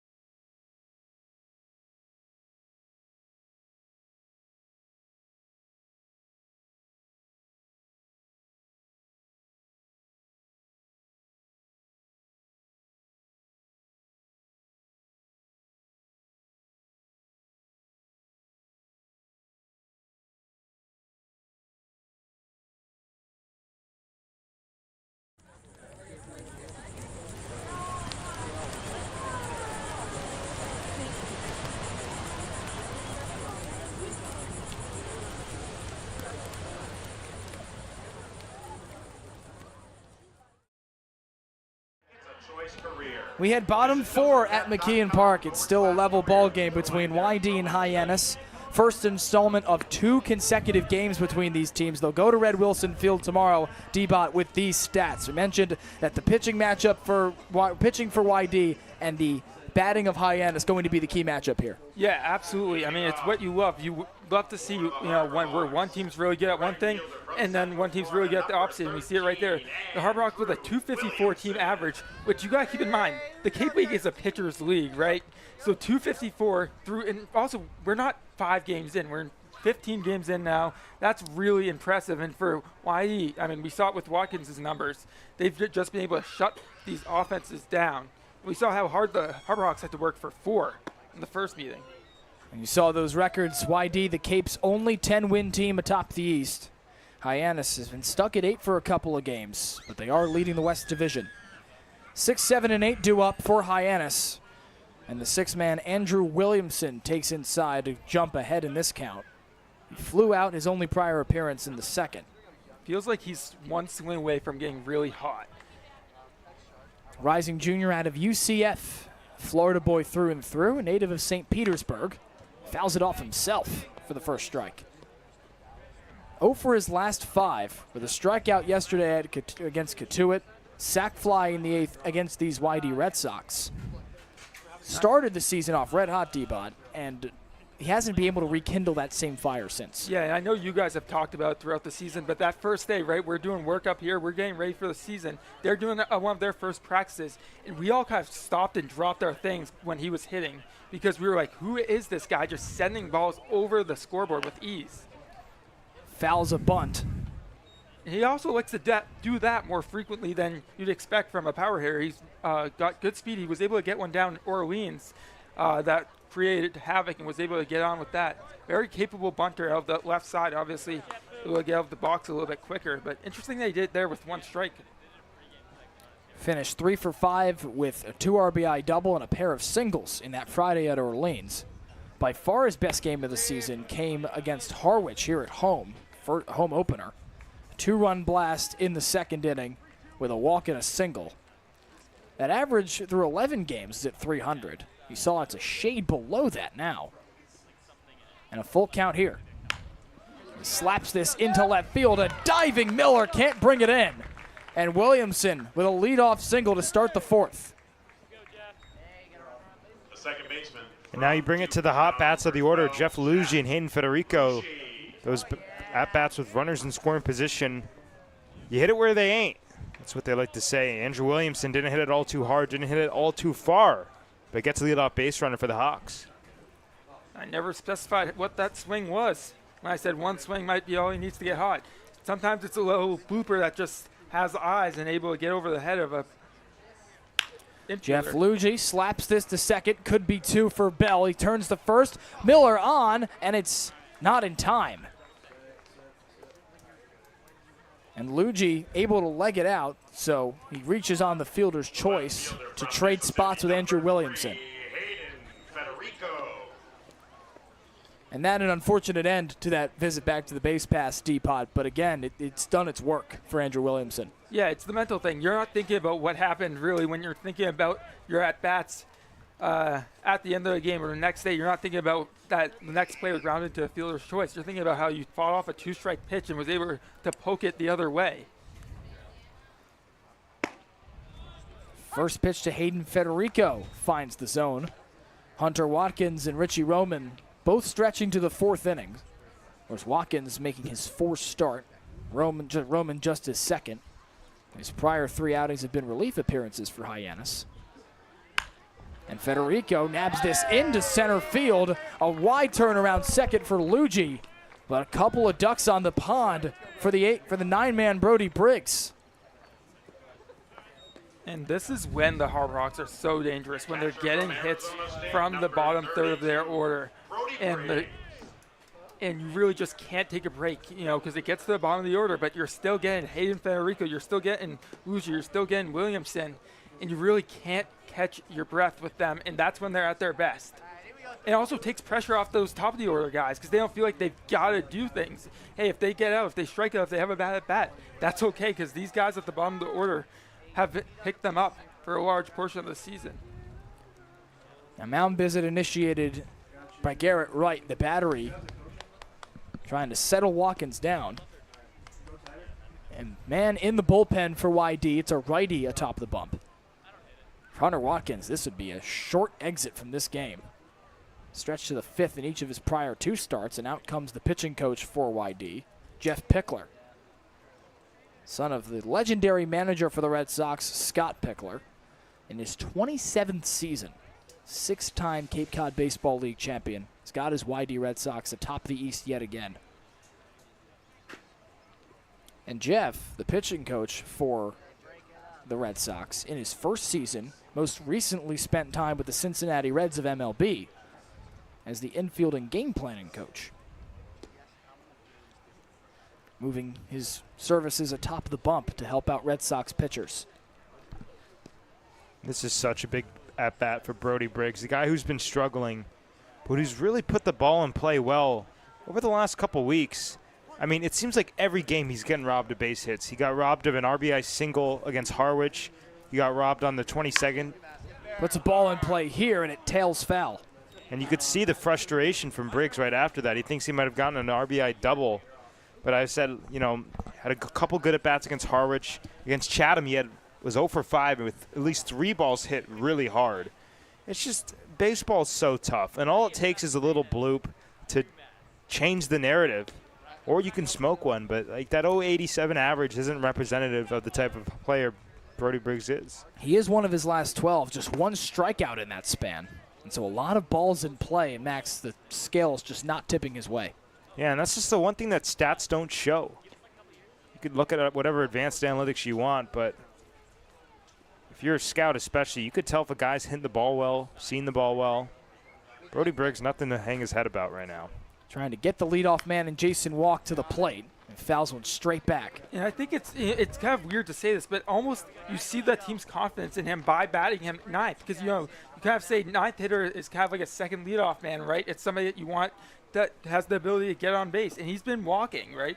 And he's been putting solid contact and good at-bats together. So you kind of see their trust in him by batting him ninth. We see good takes like there. Keen eye there. That was level a great the count. take. Watkins mentioned that curveball at the top of the show. The fastball heats up to 92, and then he dials it back to high 60s, low 70s. Wouldn't be surprised if they put the runners in motion. Briggs jumps on it and stays alive with a foul ball. Catch from a fan, rather from an intern of ours, a Game fellow day intern. operations. Look alive. Next to GM Nick Johnson. How does it feel to live my dream? It'd be very difficult to get one underneath this net, but a man can dream. Briggs 2-2. Lifted high on the infield. Everyone converging on it. The pitcher dodges out of the way, and the first baseman, Chris Hakopian, makes the second out. It was actually an infield fly. I was about to say, with one out and a runner on, and there's two runners on, he chooses to catch it. For you guys at home, an infield fly is there's a force. Runners at first and second and less than 2 outs. And out comes Scott Pickler from the bullpen. That could spell the end of the day for Hunter Watkins. And indeed, the righty from the bullpen going to jog onto the field now. That's going to end the day for the Oklahoma State Cowboy, responsible for Luigi and Federico along the base paths. Jason Walk awaits a new pitcher on the other side of a break here at McKeon Park. At the Mass State Lottery, we know there's no bigger win than the $1 billion we provide each year to support all 351 cities and towns in Massachusetts. Now that's how we all win. The Mass State Lottery. Welcome to the state of winning. This week we've been working a lot with doing play-by-plays, just doing behind-the-scenes stuff with sports broadcasting, which I never really realized how much went into it, but it's been really cool. They've grown a lot. I've never really done like a program like this before, so like seeing all the behind the scenes has like really grown.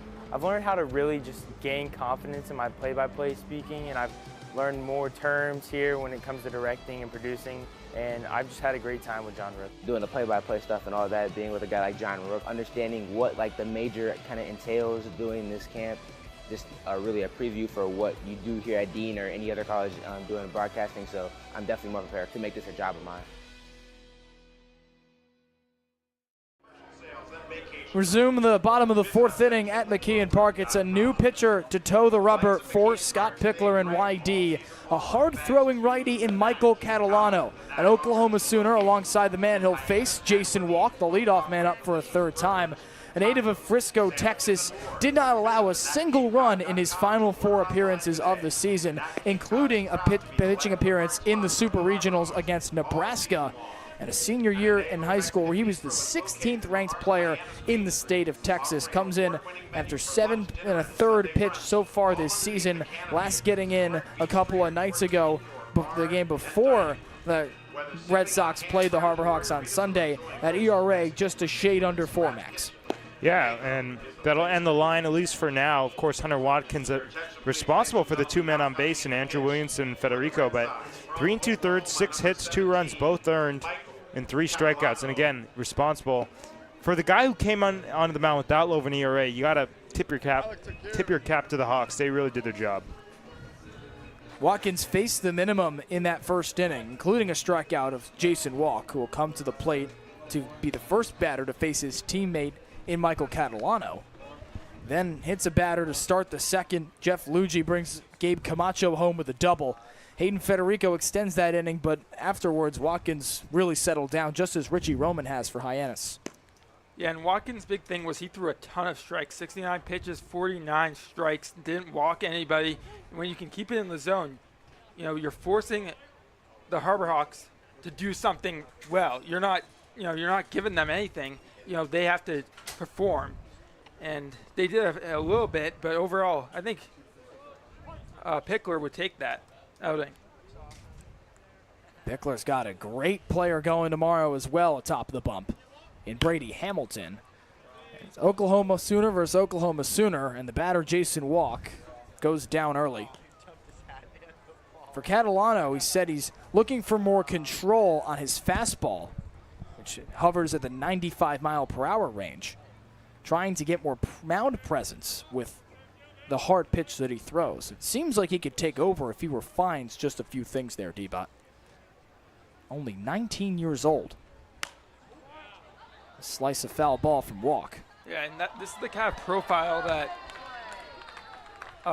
scouts really look for, right? They're okay with not a ton of control, because if you can throw 95, not everyone can do that. And if you're 19 years old throwing 95, scouts will look at that, they say, we can tweak something, and then they can really dream about a profile like this. I'll make a correction. It was recently Michael's birthday on June 28th. It would have been this past Saturday.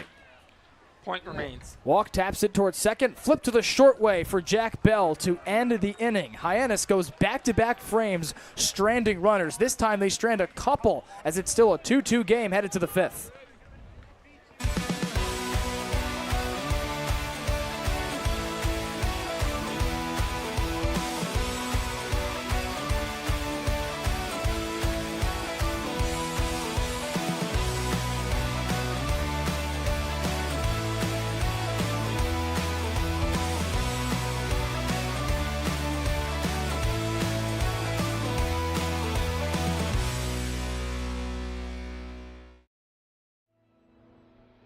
Your future begins at Dean College. Make a difference. Leave your mark. Break the mold. Be a leader. Achieve unimagined heights. Believe in yourself. Make lifelong friends. This is your time. Your place. Your home. Your Dean. It all starts here at Dean College.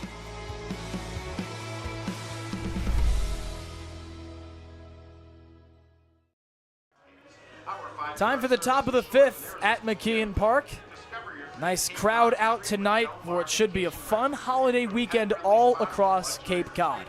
Happy 4th of July Eve, folks. I don't know if any of you get off today, but surely tomorrow you'll have off for Independence Day. Giovanni Collada, Daniel Bottolino, and Max Schwartzberg here with you on the Harbor Hawks Baseball Network.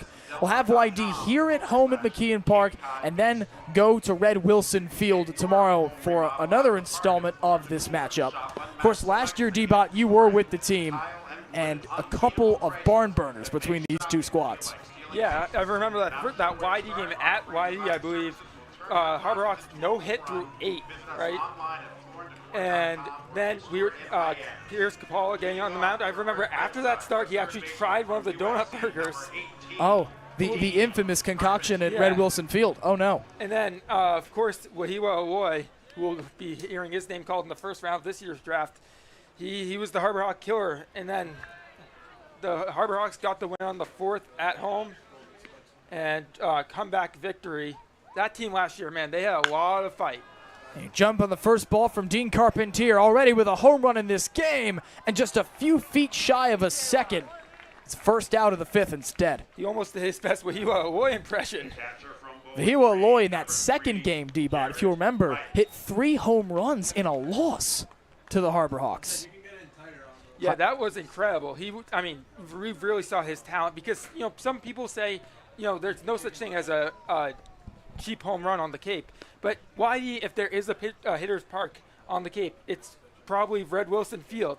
He hit 3 home runs in Hyannis. There's no way you can make an excuse for that. Indeed, in that second game, a track meet after 2.5 scoreless when Hyannis went down 5-1. First ball to Garrett Wright, sliced foul. It's 7-8-9 due up for Y-D to face Richie Roman, stretching to the 5th inning for a first time this season, the Houston Cougar. But on the note about talking about last year's team, it's kind of funny to compare the two teams, right? Last year's team hit 22 home runs the entire season. And Wright launches this into left, dropping in front of Federico with a high hop. He's aboard with a single. And the team's leader in home runs was hit 3 home runs. This team already has a bunch of players with multiple home runs. Federico Williamson, Rembert had 3. they're doing it with the long ball more. They're running a little bit less than that year's team. So it's really different approaches in the Carricker's second year at the helm. Harbor Hawks solo third in the league with 11 home runs. Yeah, already halfway there, and we're not even still got a handful of games before we're halfway through the regular season. Just 16 games as Roman checks on right at first. It's Jack Bell, the 9-hole hitter, to the plate. The second baseman out of TCU grounded out in the second. And for Richie Roman, this becomes an opportunity to see what he's got. He only stretched to the 5th inning once during his spring with Houston. And now trying to show that he's got the length to go back to the Cougars and be a long reliever or a starter. Yeah, absolutely. And the Harbor Hawks, it's his show because they've really only got one guy up, but he's not even throwing to the bullpen catcher. He's just doing some weighted ball work. It looks like 25. That'd be Chandler Dorsey, the righty. Off goes the runner. Briggs trying to catch another runner, stealing, and he does, it looks like. Indeed he does. Brody Briggs, 3 of his last 3 along the base paths, and there's 2 away.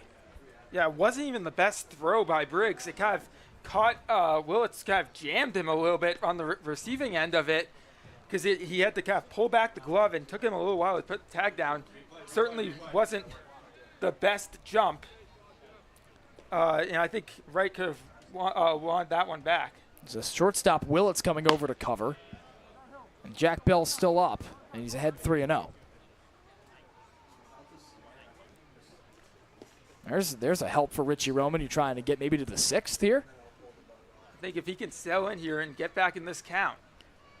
Mitch Carricker may not be keen to let him get a 3rd look at this order, and he dishes a strike on 3-0. And just to follow up about the caught stealing, I think that really showcases Briggs how quick Briggs' pop time is, right? Wasn't the best throw, but still able to get him by a decent margin.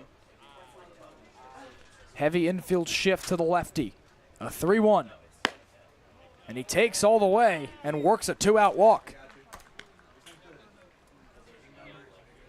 That a play to replace the base runner, D-Bot. Yeah, that's why that caught stealing is so huge, because now you're looking at man on first, 2 outs rather than first and second, 1 out. And likely a green light for Bell there. Absolutely. 3rd look at Richie Roman for Braden Dowd. A couple of long outs with flyouts to center field in each of his prior at-bats. A righty going in the bullpen for Y-D, as is Chandler Dorsey, the righty, for Hyannis. Jack Bell thought about stealing. First pitch to Dowd in there for strike 1. You can tell they really want Roman to finish this. Just now the bullpen catcher is up, and Dorsey's going to begin throwing with him. Checks it first. A 2-2 ball game. Didn't go this way the last time these two teams met. 3 scoreless frames before Y-D exploded for 3 runs in the bottom of the 4th at Red Wilson Field. Hyannis gets it right back with a leadoff homer to start the 5th from Stone Lawless. And, of course, the drama comes in the 8th and the 9th. And Roman levels the count.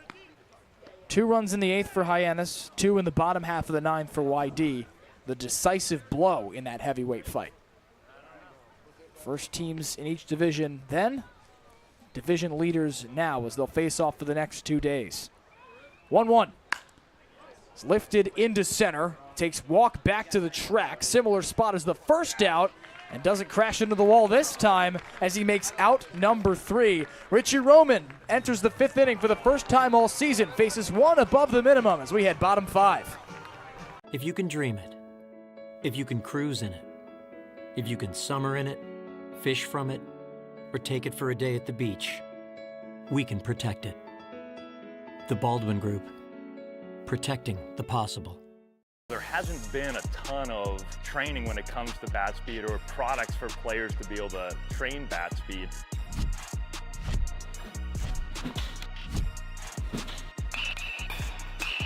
You can improve your bat speed and reach your goals working 10 to 15 minutes a day on this a couple of times a week. That's a no-brainer for every player. Cape Cod 5 is proud to be the official banking partner of the Cape Cod Baseball League. Cape Cod 5 offers a broad range of financial products and services tailored for every stage in your financial journey. Reach out to us. We're here to help. Hey Harbor Hawks fans, did you know that the NAC Cape Cod is the official Light Up the Park sponsor of the Hyannis Harbor Hawks all season long? Thanks to the NAC, the lights in McKeon Park stay bright all summer as the future stars take the field. With 2 convenient locations in Orleans and in Hyannis, the NAC is the perfect spot for a burger, taco, sandwich, and much more. Visit the NAC Cape Cod to learn more or order online today. Still Michael Catalano atop the bump for Y-D as we go bottom 5 with a 2-2 deadlock between these rivals. We're at the NAC last night. That was fantastic after a run rule loss to Cotuit for the Harbor Hawks, looking to rectify that recent stretch, Max. It's been difficult for Hyannis. And it has been, and they've responded well this game, going up against a very good Y-D pitching staff that has the best ERA in the entire Cape League. And they've responded well so far. Yeah, they've left a couple guys on base, but hopefully they're able to string together a couple more hits and get some more base runners, some more ducks on the pond. Mentioned runners in scoring position on the offensive Hyannis as it comes to the plate here, beginning with the 2-man Ryan McKay. He'll give to Jackson Willits and Gabe Camacho. 1 of 19 entering the game in runners in scoring position, at least in their last couple of games. That's up to 2 for 6 today. And McKay takes a first pitch strike from Michael Catalano for his second inning of work in relief of Hunter Watkins, who stretched 4 2/3. Catalano forcing McKay into attack mode.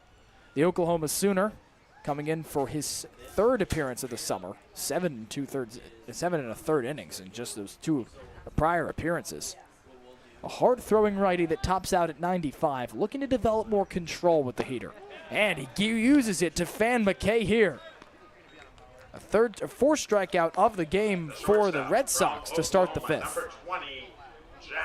Yeah, and that came out at the same release, at a similar plane as the fastball. So you're thinking fastball, you know what the fastball looks like, you don't know what the breaking ball looks like, and got him there. Not quite that fastball, but still comes out hot. And that's why I used the reference to the heat. Slider that sits in the high 80s to low 90s. First pitch to Jackson Willits. Shot down foul.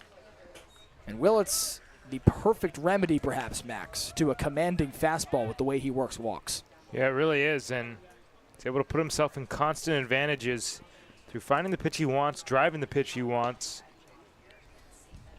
Tied for 2nd with a trio of players of 12 walks in the Cape Cod Baseball League. Hasn't done it in a whole lot of games as well. This is just game number 10 for Willits. Working a 15-game on-base streak entering the day. Got that with a first inning home run yesterday, the lone run on the board for Hyannis in the loss to Cotuit. And he takes a strike on the outer corner, a spot he likes a lot. Yeah. And Willits not happy with that, but to Sam Finn's credit, he's been calling that all night, and you know you can live with that even if you disagree with the call. You can live with that as long as it's consistent. Willits fouls it straight back to our booth. To put in perspective just how many walks he's worked, the 2 of the 3 other players that he is tied with atop the league have played in 16 games in Logan Hughes and Andrew Wiggins of Bourne and Cotuit respectively. You see a beautiful sky there as Willits is fanned here. Back-to-back Ks for Michael Catalano to begin the 5th. Again, they're not quite picking up on it. Same situation with McKay. Got him on 2 strikes, threw him a couple of fastballs, and then goes breaking ball and pulls the string on him. It's a couple in a row. And now strikeout number 5 for Y-D as Gabe Camacho struck out in his last time to the plate, looking to extend this 5th inning. Pops this up towards 3rd. A long run for Dean Carpentier was shaded towards 2nd base. Drops harmlessly to the ground for Camacho. He did reach base today and was plated as Jeff Lugie roped an RBI double down the first base line in the 2nd inning. He was hit by a pitch, first a batter to reach for Hunter Watkins, the starter. Sun trying to peek through gray sky. For the weather clears up for the 4th. Camacho fouls this, more playable for Carpentier, And he loses the hat as he jogs into foul territory. Got to be huffing and puffing after those 2 long runs.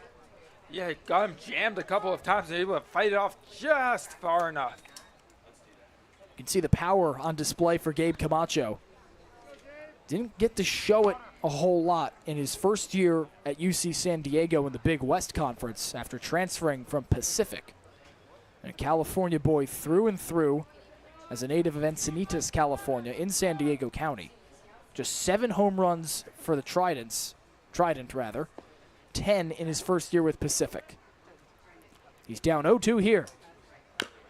And he stays alive. Shoots that off the mask of the catcher, Garrett Wright. Seemingly ricochets back to his leg. Yeah, it started off his leg. That one's painful. Missed the leg guard. Camacho, a tough cookie. Built for it as well at 6'1", 205.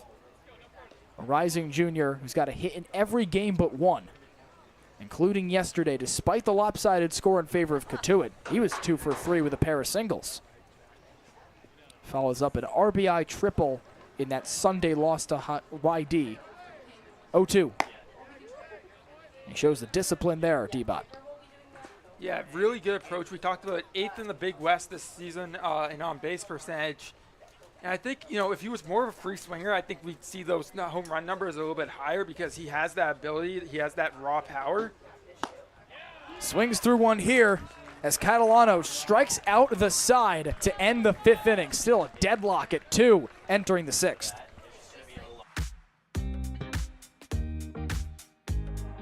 When it comes to delicious food, the best place to start is with great appliances. And CAM Appliances is your one-stop shop for any budget with brands like Thermador, Viking, Bosch, GE, and so much more.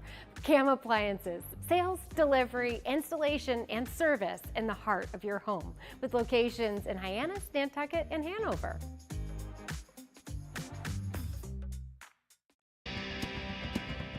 If you need to dig, lift, move, grade, clear, or cut, pump, weld, clean, light, and just about anything else, dial up the rental source for the newest and the most reliable equipment in New England. Staffed with equipment and construction experts, Milton Rents, your local source. A new pitcher atop the bump in place of Richie Roman after the Houston Cougar stretches 5 innings. It's Chandler Dorsey out for a 3rd time this summer. And Dorsey relieves Roman after an excellent outing, Max. Yeah, you love the way that he settled down after that home run in just 1 walk. That is a huge improvement for this entire Hyannis pitching staff. He looked really good today. Dorsey rather making his 4th appearance of the summer. You see that ERA sub-2 at 1.93, goes 2/3 of an inning in his last appearance at Falmouth. Just 1 hit, no earned runs, couple of Ks, and a walk. And he's a guy with incredible fastball command, incoming transfer to UCF out of LSU, and Jay Johnson knows what he's doing with the heater down there. Yeah, absolutely. I think he's one of the more underrated players on this Harbor Hawk team. Let's see who it was for Who's That Harbor Hawk. And our director of broadcasting, Josh Schreiber's got our answer. It's Cam Smith, 3rd baseman, and I believe plays some outfield for the Houston Astros. Showing off the Harbor Hawks swag there. We're thankful for everything Josh does for us, and he's showing his love for Cam Smith. Cool Harbor Hawks hat, too. H to the 3rd, H3. Yeah, Cam Smith wore number 3 when he was down on the Cape, and man, he dominated. You know, it takes a lot to win Best Top Prospect award, and when you're playing the same league as Travis Bazzana.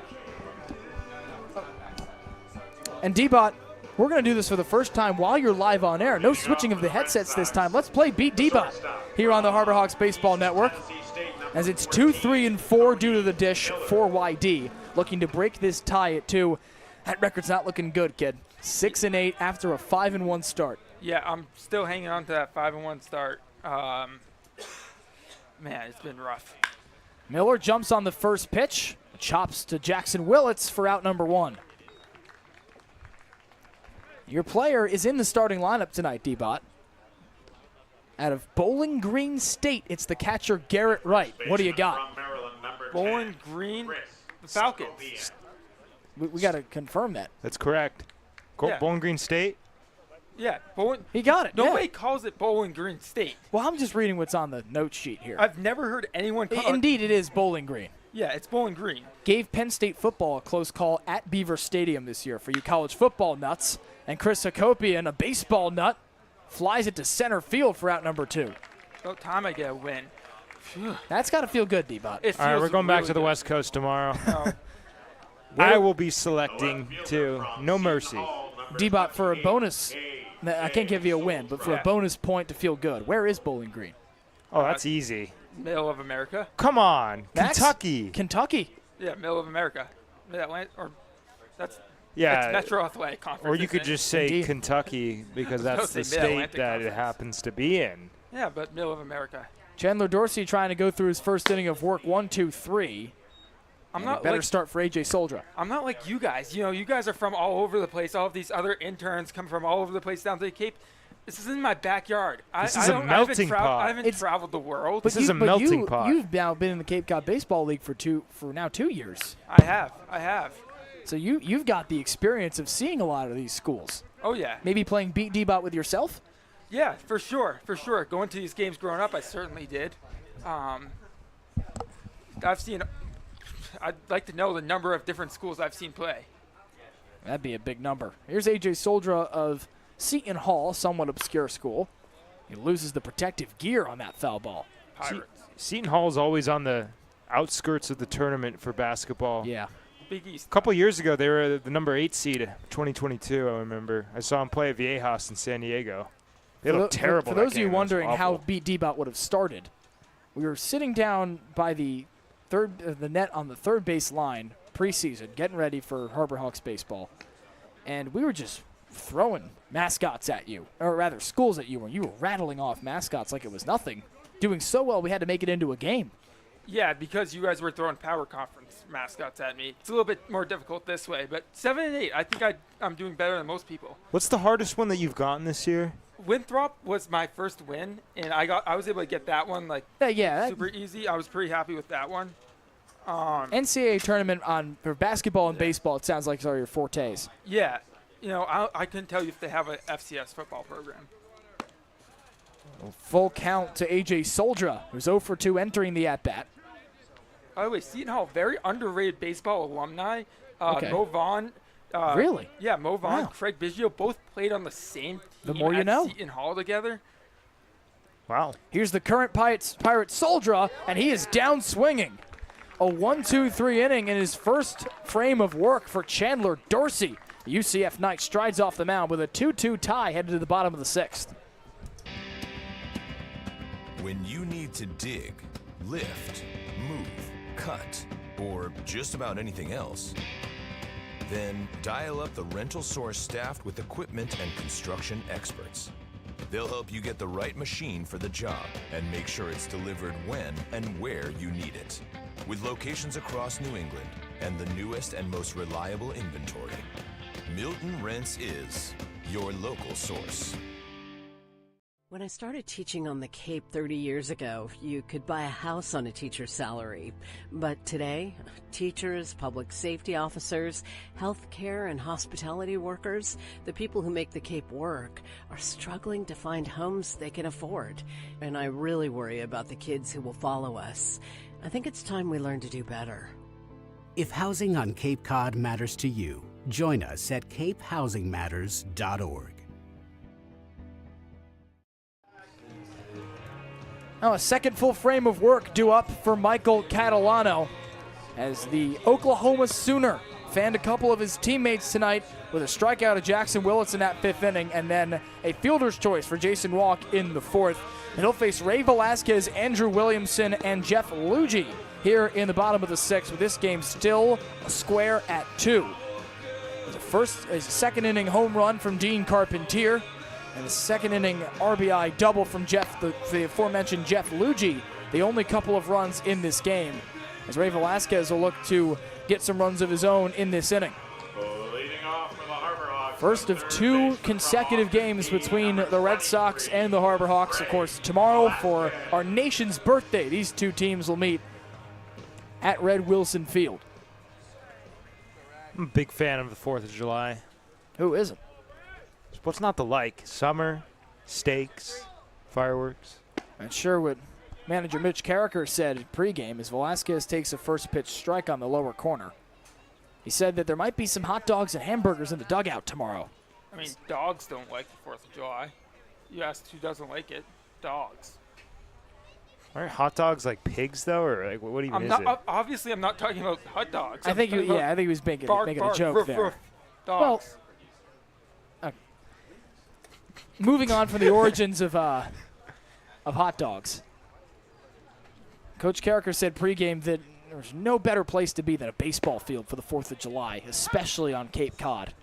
It'd be his second 4th as a manager in the Cape League. I think they should try the Sandlot method of turn the lights off and then let's see if and just play and rely on the fireworks to light up the night. That'd be a beautiful backdrop for baseball. Be dangerous. Velasquez stays alive on 1-2. The Austin P. Governor Velasquez 0 for 2 today with a strikeout. Max, we've talked about his struggles since that hot start through 5 games, batting just a shade under 400. And since he just hasn't been seeing the ball well. Yeah, not a lot of gap-to-gap power besides that double at Falmouth. The last time he's reached on a hit, it's been a while, and he's due. Velasquez lays off that one in the dirt from Catalano. 1 for his last 9 coming into the game. It's up to 1 for 11 with just a second strikeout across that stretch. So he's putting the ball in play. It's just not similar to Brody Briggs, as we mentioned earlier in this game. He's not having to go his way. A powerful hitter for Austin P. Chops this one. The first baseman Hakopian covers. The pitcher Catalano slid his foot back to the bag. An emphatic punch out from Jeff Merzel at first. And it's the opening out of the bottom of the 6th. And Mitch Carricker does not like it. Moving in from his third base post for a word was home plate umpire Sam Finn.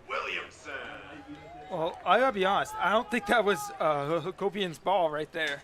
I know the second baseman will still have to charge in a little bit, but man, that felt like it made that play a lot tougher than it had to be. One of the longer 3-1 groundouts you'll ever see from Ray Velasquez. And Andrew Williamson takes a fastball over the heart.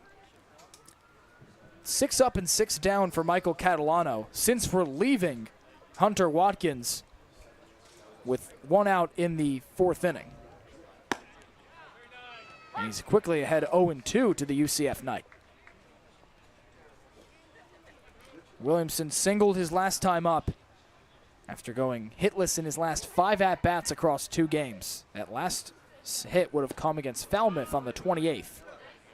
And you see the plate discipline there, D-Bot.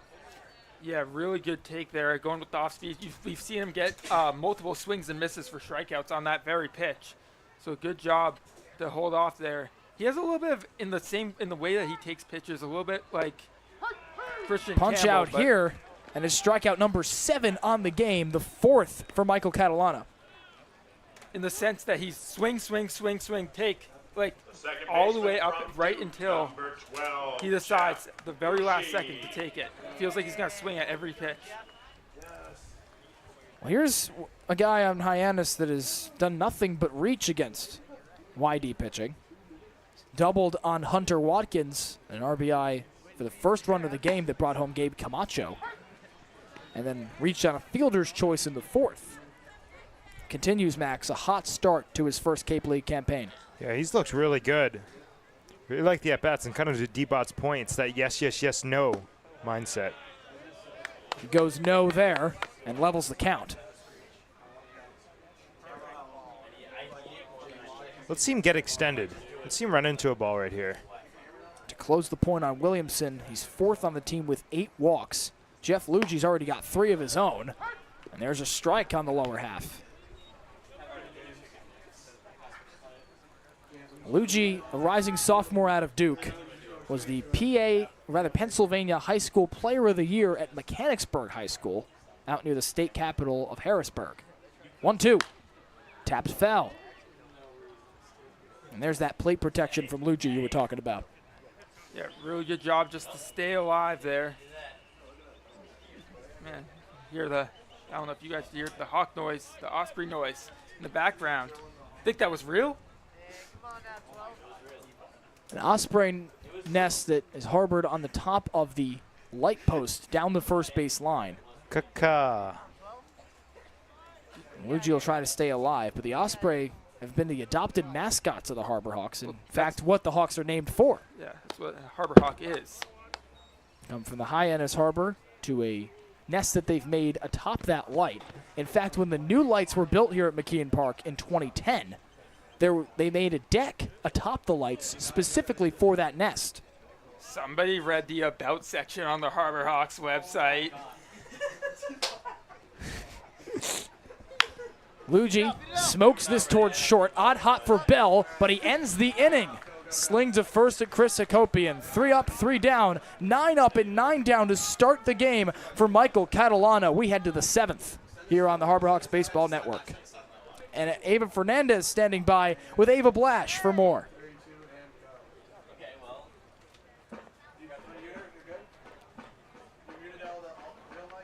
What was your position? Yeah, so I was fan experience, marketing, promotions, and I'm back this year doing some remote work and then here for this week to help out. Yeah, and what was your favorite memory last time you were working for the Harbor Hawks? Oh gosh, I don't know about a specific memory, but I love just meeting all the fans and the host families and everyone who comes back for all the games. It's just such a great community and it feels like a family. It is the best part, and we're so happy that you're back tonight. Yeah, super excited to be here. Thanks, Ava. Thanks. Back to you guys. Thank you, Ava, and wonderful to hear from another Ava on Ava Crime right there, one of the many smiling faces of the interns around the Hyannis Harbor Hawks operations here at McKeon Park. So we had top 7. We were trade producers one again for the final time tonight. Thank you to D-Bot, but welcome in Sam Montag, rising freshman at Northwestern, filling in for Graham Nash, who's out with an illness tonight. Sam, thanks for joining us. Of course, thank you for having me. Chandler Dorsey comes out for a second inning of work in relief of Richie Roman. The UCF Knight sent down the side in order in his first inning of work. The third 1-2-3, or rather the fourth 1-2-3 frame of the night for Hyannis. And in this inning, he'll get 5, 6, and 7. A dangerous part of the order, at least tonight and on Sunday. Avery Ortiz fired that walk-off 2 RBI single in the bottom of the 9th to beat Hyannis on Sunday. He's 0 for 2 tonight, but the 5-man gives way to the 6-hole Will Baker, who's got a double in the second inning, and Dean Carpentier will follow him up, who's got that elusive home run for both sides. It's the only 2 runs of the night for Y-D. 4 scoreless frames in a row to follow a second inning with 2 runs on each side. And the Hawks pitching has really looked dominant ever since that second inning. Roman, with a slight slip up during that second inning, regained himself, got that composure back, and now they are dealing. Went 7 up, 7 down, following the hit-by pitch to Garrett Wright, the 8-man. And now it's the 6th-spot Avery Ortiz. The infielder DHing tonight. I mentioned 0 for 2. It's got that walk-off single, something that he said propelled him to seeing the ball a little bit better since. Didn't play last night, but put together a 2 for 4 performance for Y-D in the loss to Katuitt. And he rings up here. Early first out for Chandler Dorsey. Back-to-back Ks. Look at that. That's on the black. Frozen pizza. Good start to the inning. And Chandler Dorsey is dealing here tonight. He's come out, put down his first 4, and he is really showing this Hawks team that he is back in action and an absolute asset for Coach Carricker. For a Harbor Hawks team that entered the day second in the league with 157 Ks, Max, 4 seems a little short.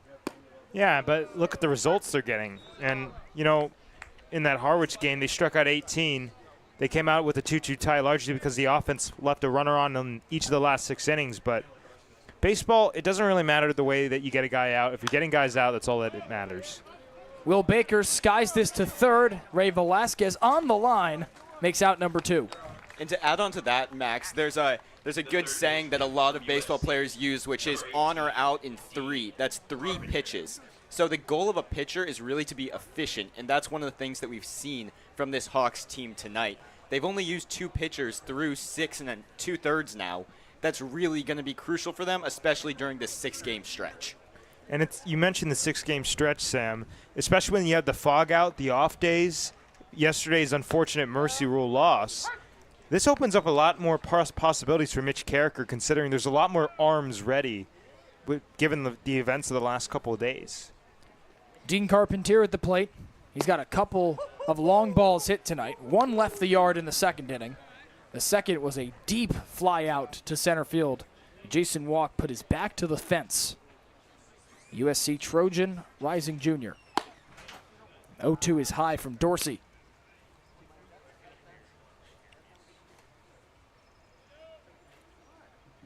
You mentioned that fog out, Max. It seems that everything changed for Hyannis in that 5-inning shortened game as Dorsey plunks Carpentier. It's a first base runner allowed for the UCF night. And a second hit batsman for the Harbor Hawks. And that's one of those things that Dorsey cannot let get to his head. We saw that in the second inning. It was a 2-out rally that really cost Roman those 2 runs. Now Dorsey is going to have to keep dealing. He has 2 outs. He just needs 1 more. No harm done. Just keep moving on. It's the 8-hole Garrett Wright. And catcher 1-for-1 with a hit by pitch in the second inning. His teammate Dean Carpentier was just hit by Dorsey. And now Wright's down 0-1. Fastball's looking really good from Chandler. I mentioned that fog out changed everything because it seemed like everything that Hyannis was doing, Sam, all of a sudden it wasn't doing. That's right, for sure. And it's especially evident in their leadoff men, specifically at the start of those middle innings. We saw a lot of guys getting on base for the Harbor Hawks early in that season. Following that fog out, remember they had that big 5-run inning during the fog out. Suddenly, those innings are gone, and the Harbor Hawks are working with way fewer runs and way less reliable hitting. Tapped into right, and a diving grab from Luigi. A superhuman play from the second baseman ends the 7th with a bang. Dorsey faces 1 above the minimum, but tip the cap to Jeff Luigi with a smile on his face. We head to the bottom of the 7th here at McKeon.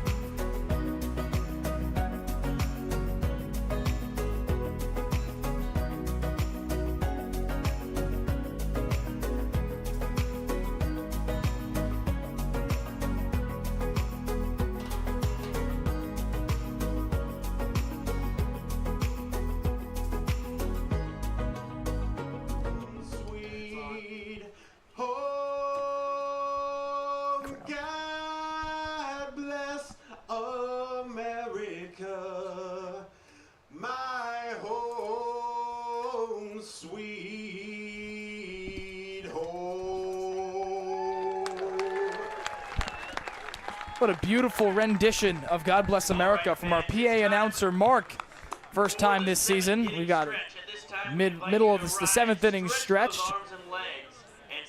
Marred by God Bless America. We had bottom 7 here on the Harbor Hawks Baseball Network. Still deadlocked at 2 after all 4 of those runs come in the second frame alone. 8, 9, and 1 due up for Hyannis to face Michael Catalano out for a 3rd full frame of work. And Gio, I know that it's still a deadlock here. We're at 2-2, and no runs have been scored since the second inning. But ever since the top of that second, I feel like we've really seen a different Harbor Hawks team. The team has really felt more comfortable. They've been getting on base. They've been stranded, which has really been a problem for them so far. But they've finally found their rhythm again. We've had good base runners. They've been making smart plays, and especially their pitching has been dominant tonight. We saw a superhuman dive from Jeff Luigi in the top of that 7th inning. Was shaded slightly off the second base bag, heels just barely in the outfield grass, has to run a decent way, goes full extension body dive for the catch and the final out. Let's go around the league as we begin at the bottom of the 7th here on the Harbor Hawks Baseball Network. Cotuit red hot with a trio of wins in a row, including a run rule win over Hyannis last night. They beat a red hot Falmouth team by just 1 run. Bourne not relinquishing that last spot in the West. They don't want to be solo last, and they're going to remain tied with Cotuit after a win over the Gatemen, or rather with the 6th, if that score holds in the 6th inning at Spillane Field. Brewster right behind Y-D with 9 wins, looking to become the second team to 10 here on the Cape. They're ahead by 2 on Harwich. Chatham has won its last 4 in a row, the hottest bats in the league right now. And Orleans, dead last in the East, has got them by a couple of runs. It's Catalano, the righty, versus Federico, the switch hitter, batting lefty. Of course, to get that righty-lefty matchup. Federico's got a pair of singles and is only at bats tonight. Was stranded both times, though. RBI in the 2nd brought home Jeff Luigi to tie the game at 2. Now look to be the spark plug for the go-ahead run, as he was in the 8th inning on Sunday. First ball from Catalano misses.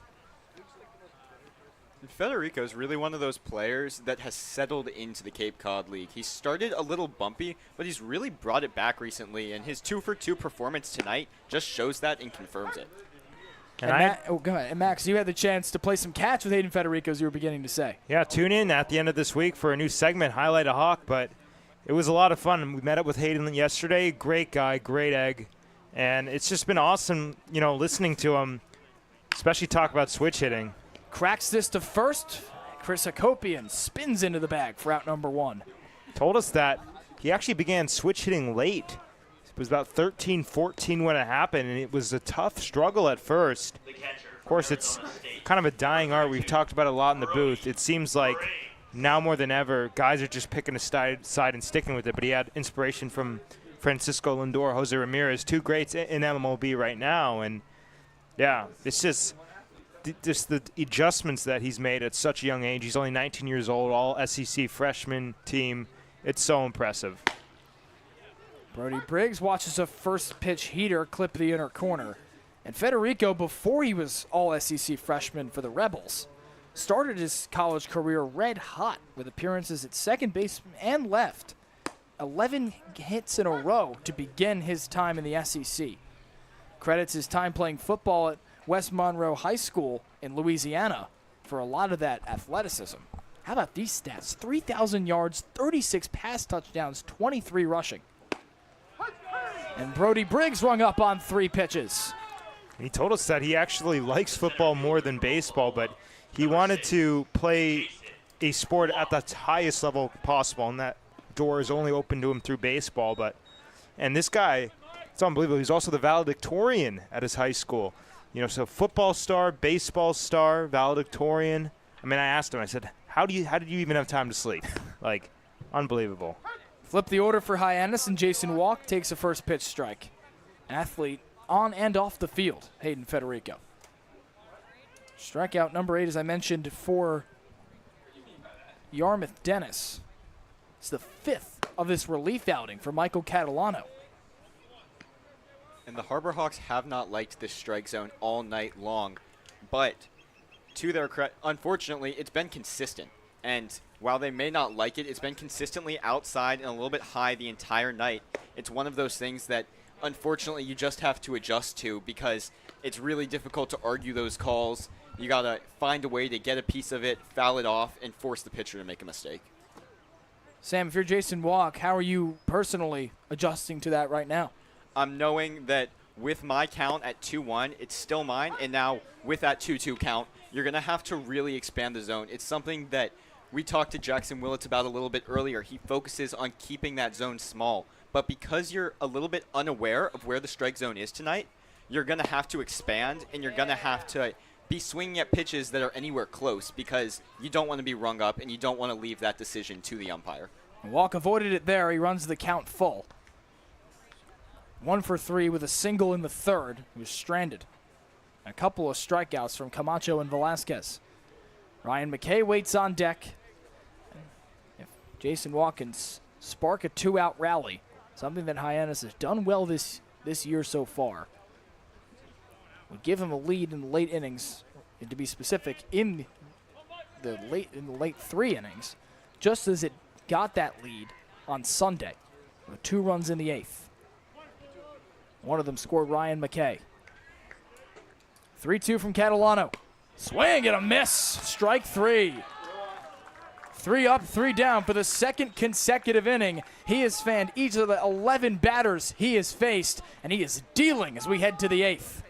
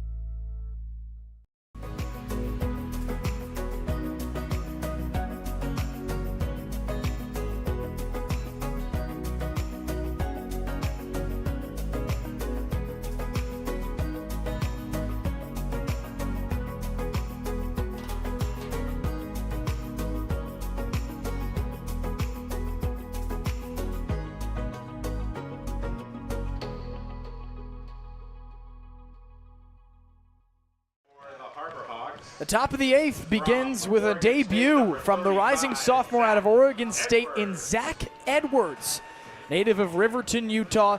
Just got here yesterday, and he relieves Chandler Dorsey, who took over from Richie Roman after 5 innings. This is a guy, Max, that does not walk a lot of batters, to put it simply. No, he did not. And this past spring at Oregon State, he did not do any of that. Only 9 walks in 18 1/3 innings. Did not allow a hit in 8 of his 16 appearances, a 5.89 ERA. Got some firepower on the mound, and it's an opportunity for Mitch Carricker to go to another guy who can pay some dividends from him out of the arm barn. He gets Chandler Dorsey for 2 innings. He goes 1 above the minimum. The lone guy he sends to the base pass was Dean Carpentier, who he hit. Amasses 2 strikeouts and keeps the score where it is, Sam. He did his job. Oh, 100%. Chandler Dorsey went out there tonight, and he dealt his entire time out there. He's really someone Coach Carricker can trust. He's really someone that showed that this Hawks team, it might have been a fluke against Katuitt, but it's not going to happen again. He went out, he dealt, he did his job, and he sent those Harbor Hawks back to that plate. He'll face 9-1-2 as Y-D flips the order for a 4th time in this game. This is exactly, rather, a very eerie, almost eerily similar situation to what we saw on Sunday, Sam, where Hyannis got 2 runs late. Y-D needed that late rally, and of course Avery Ortiz roped the 2 RBI single up the middle. For sure. It's going to be in this situation where we figure out what the Harbor Hawks took away from that game Sunday. We've heard Coach Carricker say it was a great game, and it was. It was phenomenal. Just in the terms of a baseball game, it was phenomenal, as that ball almost hits the entire Harbor Hawks dugout. Hard foul ball from the lefty Jack Bell that rockets off the wooden pole net, blocking the stands on the 3rd base side.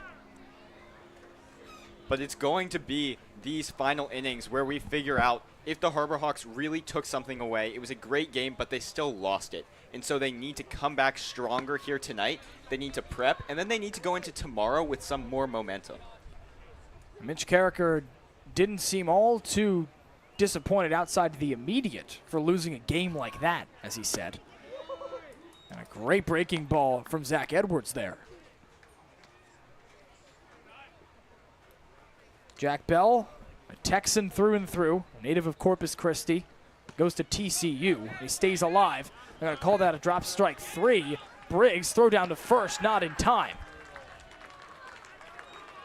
So out number 1, it looks like, unless it was a passed ball. Max, any clarity here? No, he reaches on a strikeout. You get the out, though. No. So it's going to be a drop 3rd strike there, and Bell's going to reach. Yeah. And that's really one of those disappointing things that it's just tough to see as a pitcher, really. You make a good pitch, you get the batter faked out, and, you know, it's just disappointing to have it hit its spot, but so much confusion. Learning along with you guys. 0-1 as they flip the order. Jack Bell gives away to Braden Dow with a man on and no one out. Wind blowing at his back. We saw for Dean Carpentier in the 2nd. Released a home run and some chin music here. Takes him out of the box. Hard ball from Edwards. That's a scary sight.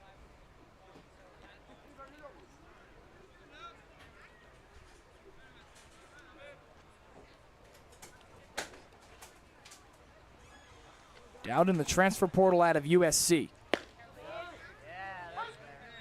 Fastball bends in for strike 2.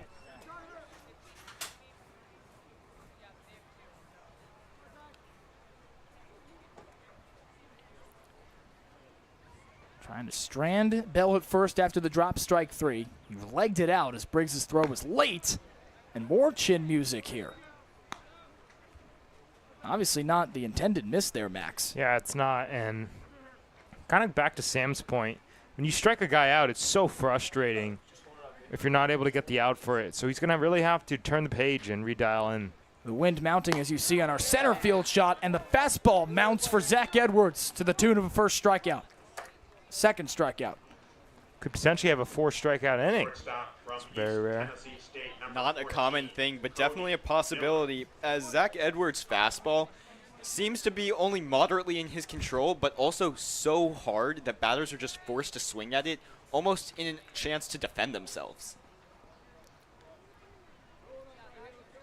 I wonder the last time we saw a 4-strikeout inning in the Cape League. There's rarer things you'll find in baseball. To the point that I don't know it.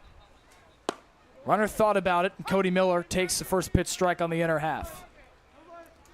It's Jack Bell on first after the drop, strike 3. And Miller comes to the plate in the middle of his difficult stretch. At Eastern Tennessee State, the Rocky Point, New York native, to begin the year, led Y-D in every category and has since fizzled out.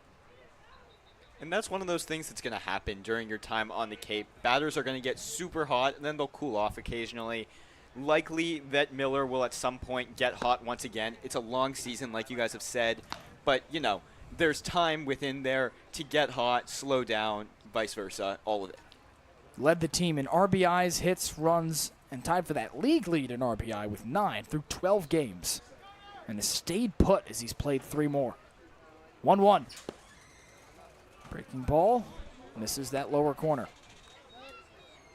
For Zach Edwards, this is a big spot to make your first Cape League appearance in. It is, and he's looked really sharp. First in the East, Y-D versus best in the West, Hyannis. First of 2 installments over this 4th of July weekend. And Miller levels the count. See the gray skies, reports of thunderstorms outside the radius. Don't know quite what that number is, but of course if it gets to be too close to the field, this game would be called. And in that event, it would go down as a tie. Would they not finish it tomorrow before?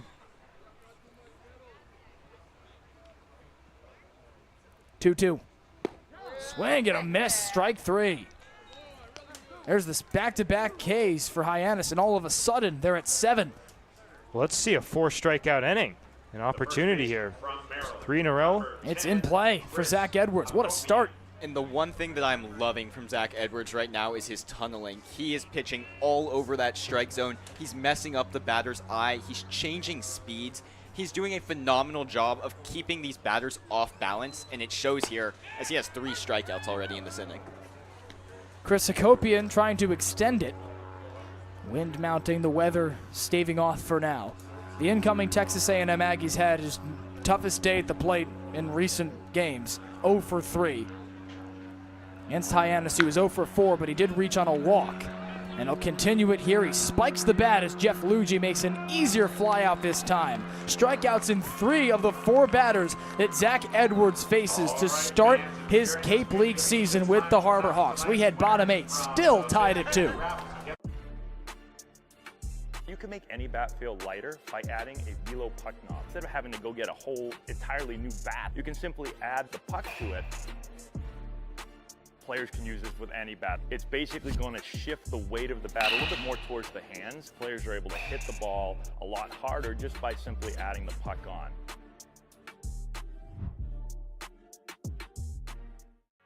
Here at the Mass State Lottery, we're known for our monster wins. But there's no bigger win than the $1 billion we provide each year to support all 351 cities and towns in Massachusetts. In our game, we know that supporting local businesses and helping communities is how we all win. Because at the lottery, we're all playing for the home team. The Mass State Lottery. Welcome to the state of winning. Time for the bottom of the 8th. Michael Catalano continuing to go strong. He's fanned each of the 11 batters he's faced. He's up to 6 strikeouts for the game. The Oklahoma Sooners done a remarkable job, Sam. Oh, yeah. I mean, there's not much more that you can say than just that. 6 strikeouts in his relief appearance. Just an incredible job on his part. He's been dealing for this Sox team so far. He'll look to continue that, but he's got a red-hot Ryan McKay who, you know, is in need of a hit right now. Rising junior out of Michigan State would take a walk, though. He worked 46 of those for the Spartans to lead the team. But he's trying to correct a 17-game on-base streak that was broken entering the game. He's 0 for 3 with a strikeout in the last inning. Sam, what does he need to do here to break Catalano? I think he just needs to calm down, really take a breath, and understand his situation. His job is to get on base, and he's done such a good job of that all year. There's no reason to panic. There's no reason to do anything extra. Just settle in and be the Ryan McKay that we've seen all year. He broke out midway through the season. A 3 for 3 performance against Chatham with a couple of walks to go along with a single and double. He follows that up at Falmouth 2 days later with a 3-hit performance as well, 2 singles and a double. All since dropping an insert at the butt of his bat called a puck that helps with his swing speed. He told me when he had it on that he wasn't late to a single pitch all year. As he times up with that one, but it's foul. Since dropping the puck, he said he not only hasn't been late to pitches all year long, but he hasn't been ahead of them either. Well, it's one of those things where batters know their bats super well, and even though the puck seems like such a tiny thing, it can change your handling on the bat a little bit, it can change the weight of that bat a little bit, and all you need is that tiny, minuscule difference, and suddenly you're leading the entire Cape Cod Baseball League in average. He surged to the top of the league. He's 4th in average as it stands at 340, but he was indeed, Sam, leading the league at one point with an average over 390. That OPS has climbed to 1.014 and puts him at 3rd. Clubs this into right center field. Baker back on it. It bounces at the base of the wall, and McKay takes the wide turn. The throw comes in. It's dangerously close, but McKay is in standing up. And a leadoff double begins the 8th. No dab? No dab from Ryan McKay. Say that started in the Michigan State locker room, but instead he looks like he's driving a car. That was his thing. Bringing back 2015. But it doesn't matter. Harbor Hawks, look at him get extended on that one. And it really traveled super well. I was surprised to see kind of light tower power from McKay. Wind is blowing quite fervently at his back off the flag in right center field. Whipping as much as it has all game long. It's a runner in scoring position for Jackson Willits. 1 for 3 with a single in the 3rd. He was stranded after a pair of strikeouts from the guys that followed. And he ropes one into left field. Soldra dives, and it gets by. It's going to roll all the way to the wall. McKay gets the wave. He's in standing up, as is Willits at second base. It's a go-ahead RBI double from Jackson Willits. And the Harbor Hawks take the lead. Well, look at this. He kind of misjudged. He might have lost that in the lights.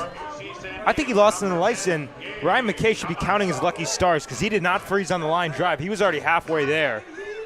So a break for Hyannis, but you see at the last second, it looks like he had it, and then he just kind of drops the glove. He might have just lost that one in the sky. Well, poor base running, but there is that good hitting that we've seen from Hyannis. It's back, and it is in full force as they take the lead here in the 8th inning in a crucial spot. Gabe Camacho goes down 0-1, an eerily reminiscent result of the last time these two teams met this past Sunday. Hyannis was just a run over Y-D for much of that game. They further the lead in the 8th. before the Red Sox took it back in the bottom of the ninth. Avery Ortiz, a walk-off 2 RBI single. Gabe Camacho comes to the dish with a couple of strikeouts in his last 2 at-bats after he was hit in the second. And an RBI double from Jeff Luigi brought him home. It's now the first of 2 RBI doubles in this game, as Jackson Willits just clubbed one for Hyannis. Nearly tagged out at second base on a good pickoff move from Michael Catalano. And those are those tiny things that the Hawks are really going to have to focus on in such a tight spot. You can't fall asleep on the base paths, especially in this situation. No outs, guy on second. Gabe Camacho's got a runner in scoring position. Hyannis 3 for 7 in runners in scoring position in this game. And a flubbed throw from Michael Catalano. And Camacho reaches safely. They've got him on the corners with no one out. What the heck just happened? It looks like he just completely lost the handle as he brought it back. Everything's going the Harbor Hawks' way this inning. Ryan McKay could have been doubled off if the left fielder caught that ball. Loses it in the lights, and you got that. See how that play is scored. But it breaks a spell of 11 consecutive batters retired for Michael Catalano to begin the outing. And since, he's allowed 2 doubles and a single or an error, depending on the ruling. Camacho at first, Willits at third. It really is almost as though the Hawks have just figured him out. They've gotten their groove back. Suddenly they have runners on the corners, and they are striking here in the 8th inning. Camacho indeed reaches on an error from the pitcher Catalano, and now Jeff Merzel, the first base umpire, coming over to meet with a couple of the trainers for Hyannis. They're kicking everybody off the field, it looks like, as thunder looms in the area. It's a 3-2 game in the top of the 8th with no one out. And so if this game were to end right now, it would be a Harbor Hawks win as 5 innings have passed. However, both these teams really respect each other. It's going to go into a delay. So if they're calling it, Sam, to your point, it would not definitively be the win. They'd have to play a complete inning with no one out. Harbor Hawks have already taken the lead. And Sam Finn, this crew of umpiring crew of Sam Finn, Jeff Merzel, and Rich Antonio will decide what to do after a delay. You see the scoreboard there. Hyannis is just taking the lead in the bottom of the 8th, but more weather will stall another result here at McKeon Park. It was last Saturday these teams were fogged out, and Hyannis got the win. We'll rejoin you for Hawk Talk after a brief break and update you with more. When it comes to delicious food, the best place to start is with great appliances. And Cam Appliances is your one-stop shop for any budget with brands like Thermador, Viking, Bosch, GE, and so much more. Cam Appliances, sales, delivery, installation, and service in the heart of your home with locations in Hyannis, Nantucket, and Hanover.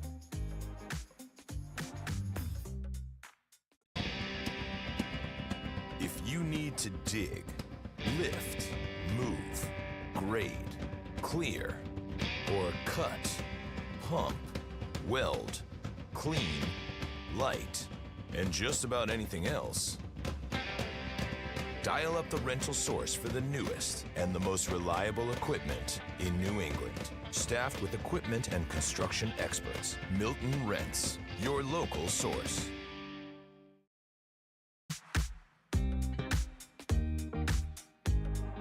When it comes to delicious food, the best place to start is with great appliances. And Cam Appliances is your one-stop shop for any budget with brands like Thermador, Viking, Bosch, GE, and so much more. Cam Appliances, sales, delivery, installation, and service in the heart of your home with locations in Hyannis, Nantucket, and Hanover.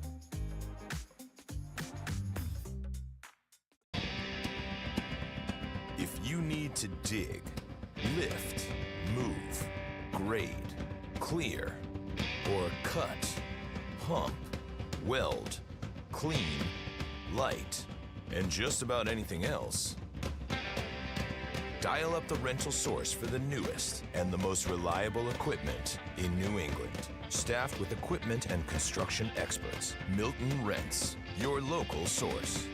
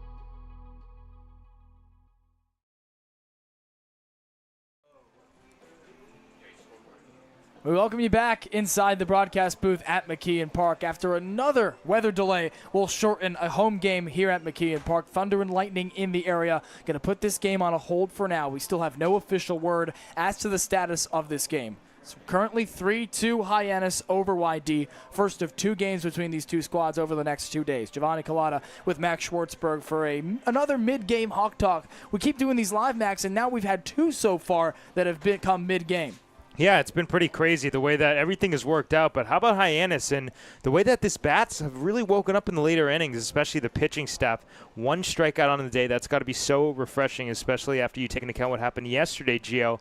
That big inning for Katuitt and the Mercy Rule loss 11-1. So Hyannis, Mitch Carricker, they're a proud team because they respect each other. You know, Scott Pickler, Mitch Carricker. It's going to be interesting to see the way that this one gets ruled. But on the end of the day, we're seeing a dang good baseball team going up against another really good team. Couple of first team in the division squads doing battle for the second time in 4 days, and now you get a couple games in a row, Max. We talked about pregame that the adjustment to adapting back to a college baseball schedule. You're playing the same team 3 times in a row. What did you see on that end tonight from both these squads? Well, I really liked the way that the Hawks made adjustments as the game went on, especially Richie Roman. How about that hot start, the good first inning, but then the home run in the second, he hits a guy, and then you're like, oh my gosh, here we go again. But that was not the case. Richie Roman came back and was electric. You know, first pitch strikes, we talked a lot about that at the top of the show. He looked really good in that caliber, and especially the bats. You know, the runners in scoring position was a lot better today. And how about the bottom of the order, Gio? That's where a lot of the damage was done. Hayden Federico, Jeff Luigi, having really big games for Hyannis, and it's really important that Mitch Carricker likes lengthening out this lineup, right? We've talked about that with Jason Walk. We've seen him in the 8 spot. We've seen him in the 9 spot. We've seen him leading him off. He's leading off tonight. It's really impressive to see that the way this team has reacted to so many lineup changes by staying consistent and sticking to one solid approach. We'll have to clean things up here at McKeon Park on the field. The tarp is on the field. Still no official word as we welcome you into the booth for Hawk Talk.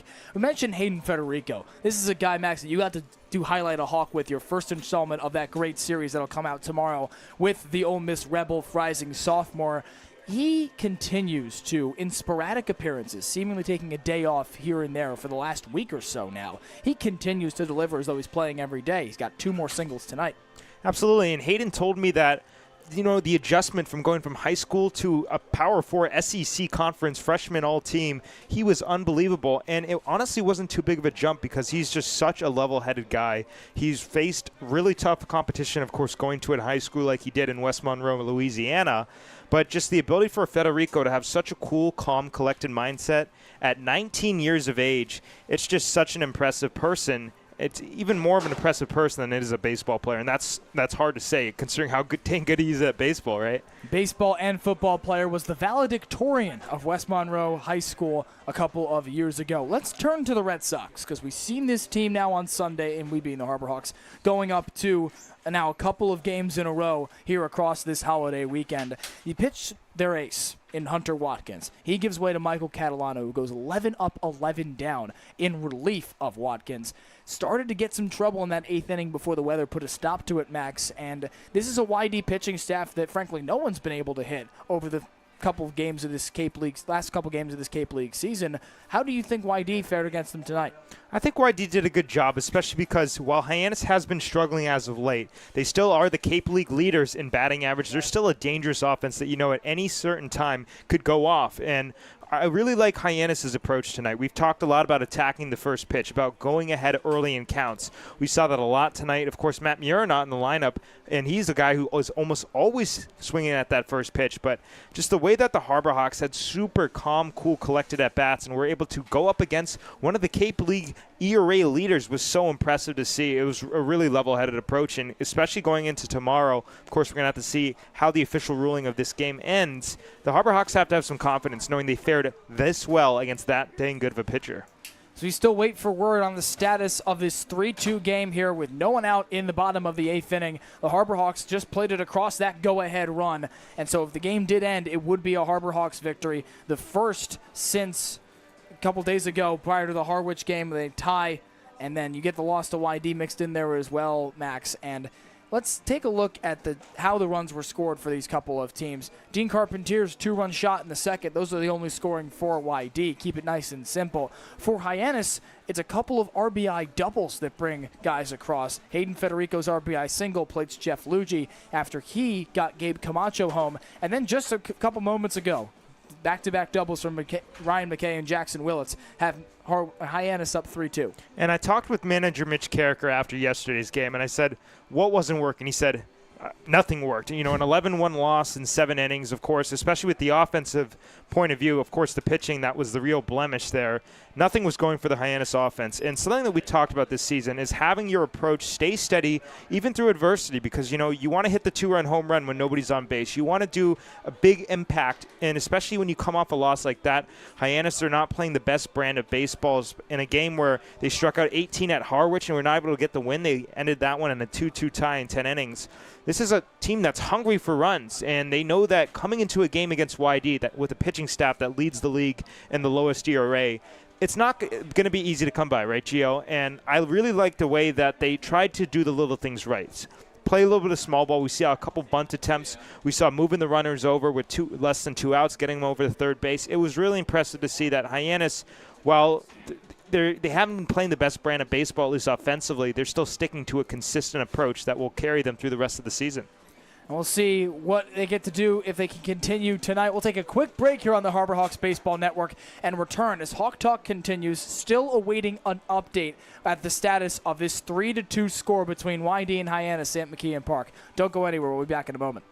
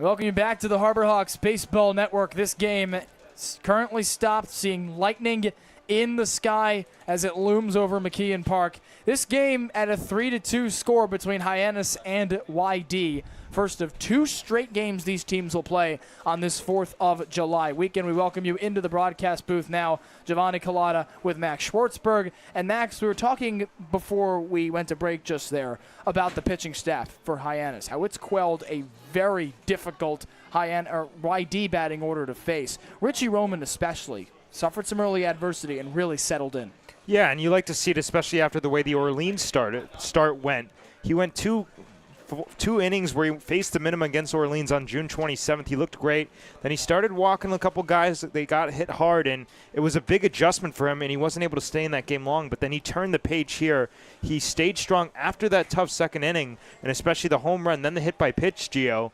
And then it was nails once again. We mentioned only 1 walk on the entire day for Hyannis pitching. That's pretty incredible.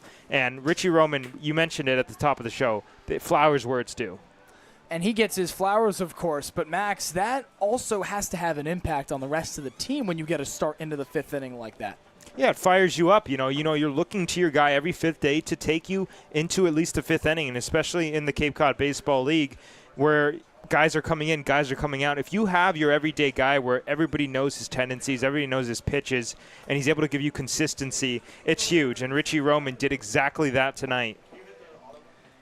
We see the rain falling there, lightning spurts there as well, as this game has officially been called, and Hyannis takes a 3-2 win over Y-D. Get revenge on that walk-off loss on Sunday after Avery Ortiz's 2 RBI single in the bottom of the 9th. And now they take the first installment of this 4th of July series. Yeah, they do, and it's going to be an opportunity tomorrow for Y-D. They're going to be playing with the chip on their shoulder, of course. And, of course, Mitch Carrickard wants to have a legit win, I guess you could say, 9 innings. He felt for Saltalamacchia on that fog out a couple of days ago. But, you know, Hyannis will take it where they can get it because they did play great baseball tonight, and Y-D also did as well. It was another one of those games where if you're a baseball fan, you won tonight. And it's like that Sunday game against Y-D where Y-D walked off Hyannis. The season series is even up at 1. Hyannis a chance tomorrow to make it 2 out of 3 so far. We might very well be seeing kind of a look into the future on what the playoffs might look like.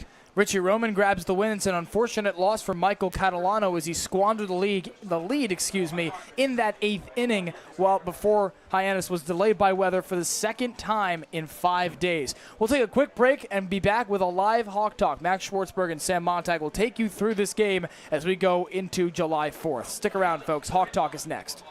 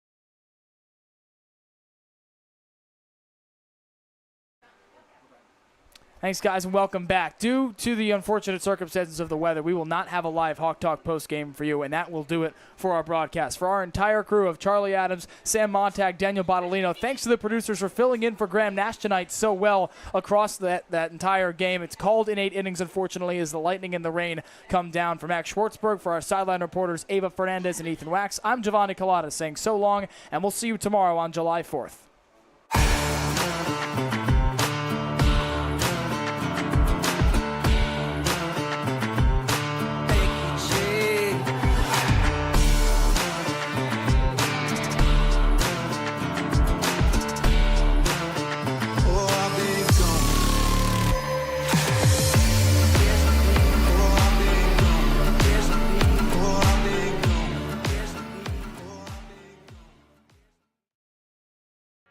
Here at the Mass State Lottery, we're known for our monster wins.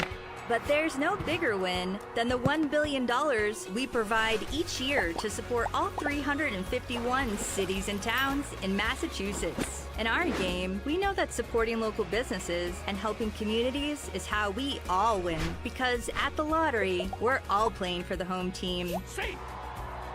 The Mass State Lottery. Welcome to the state of winning.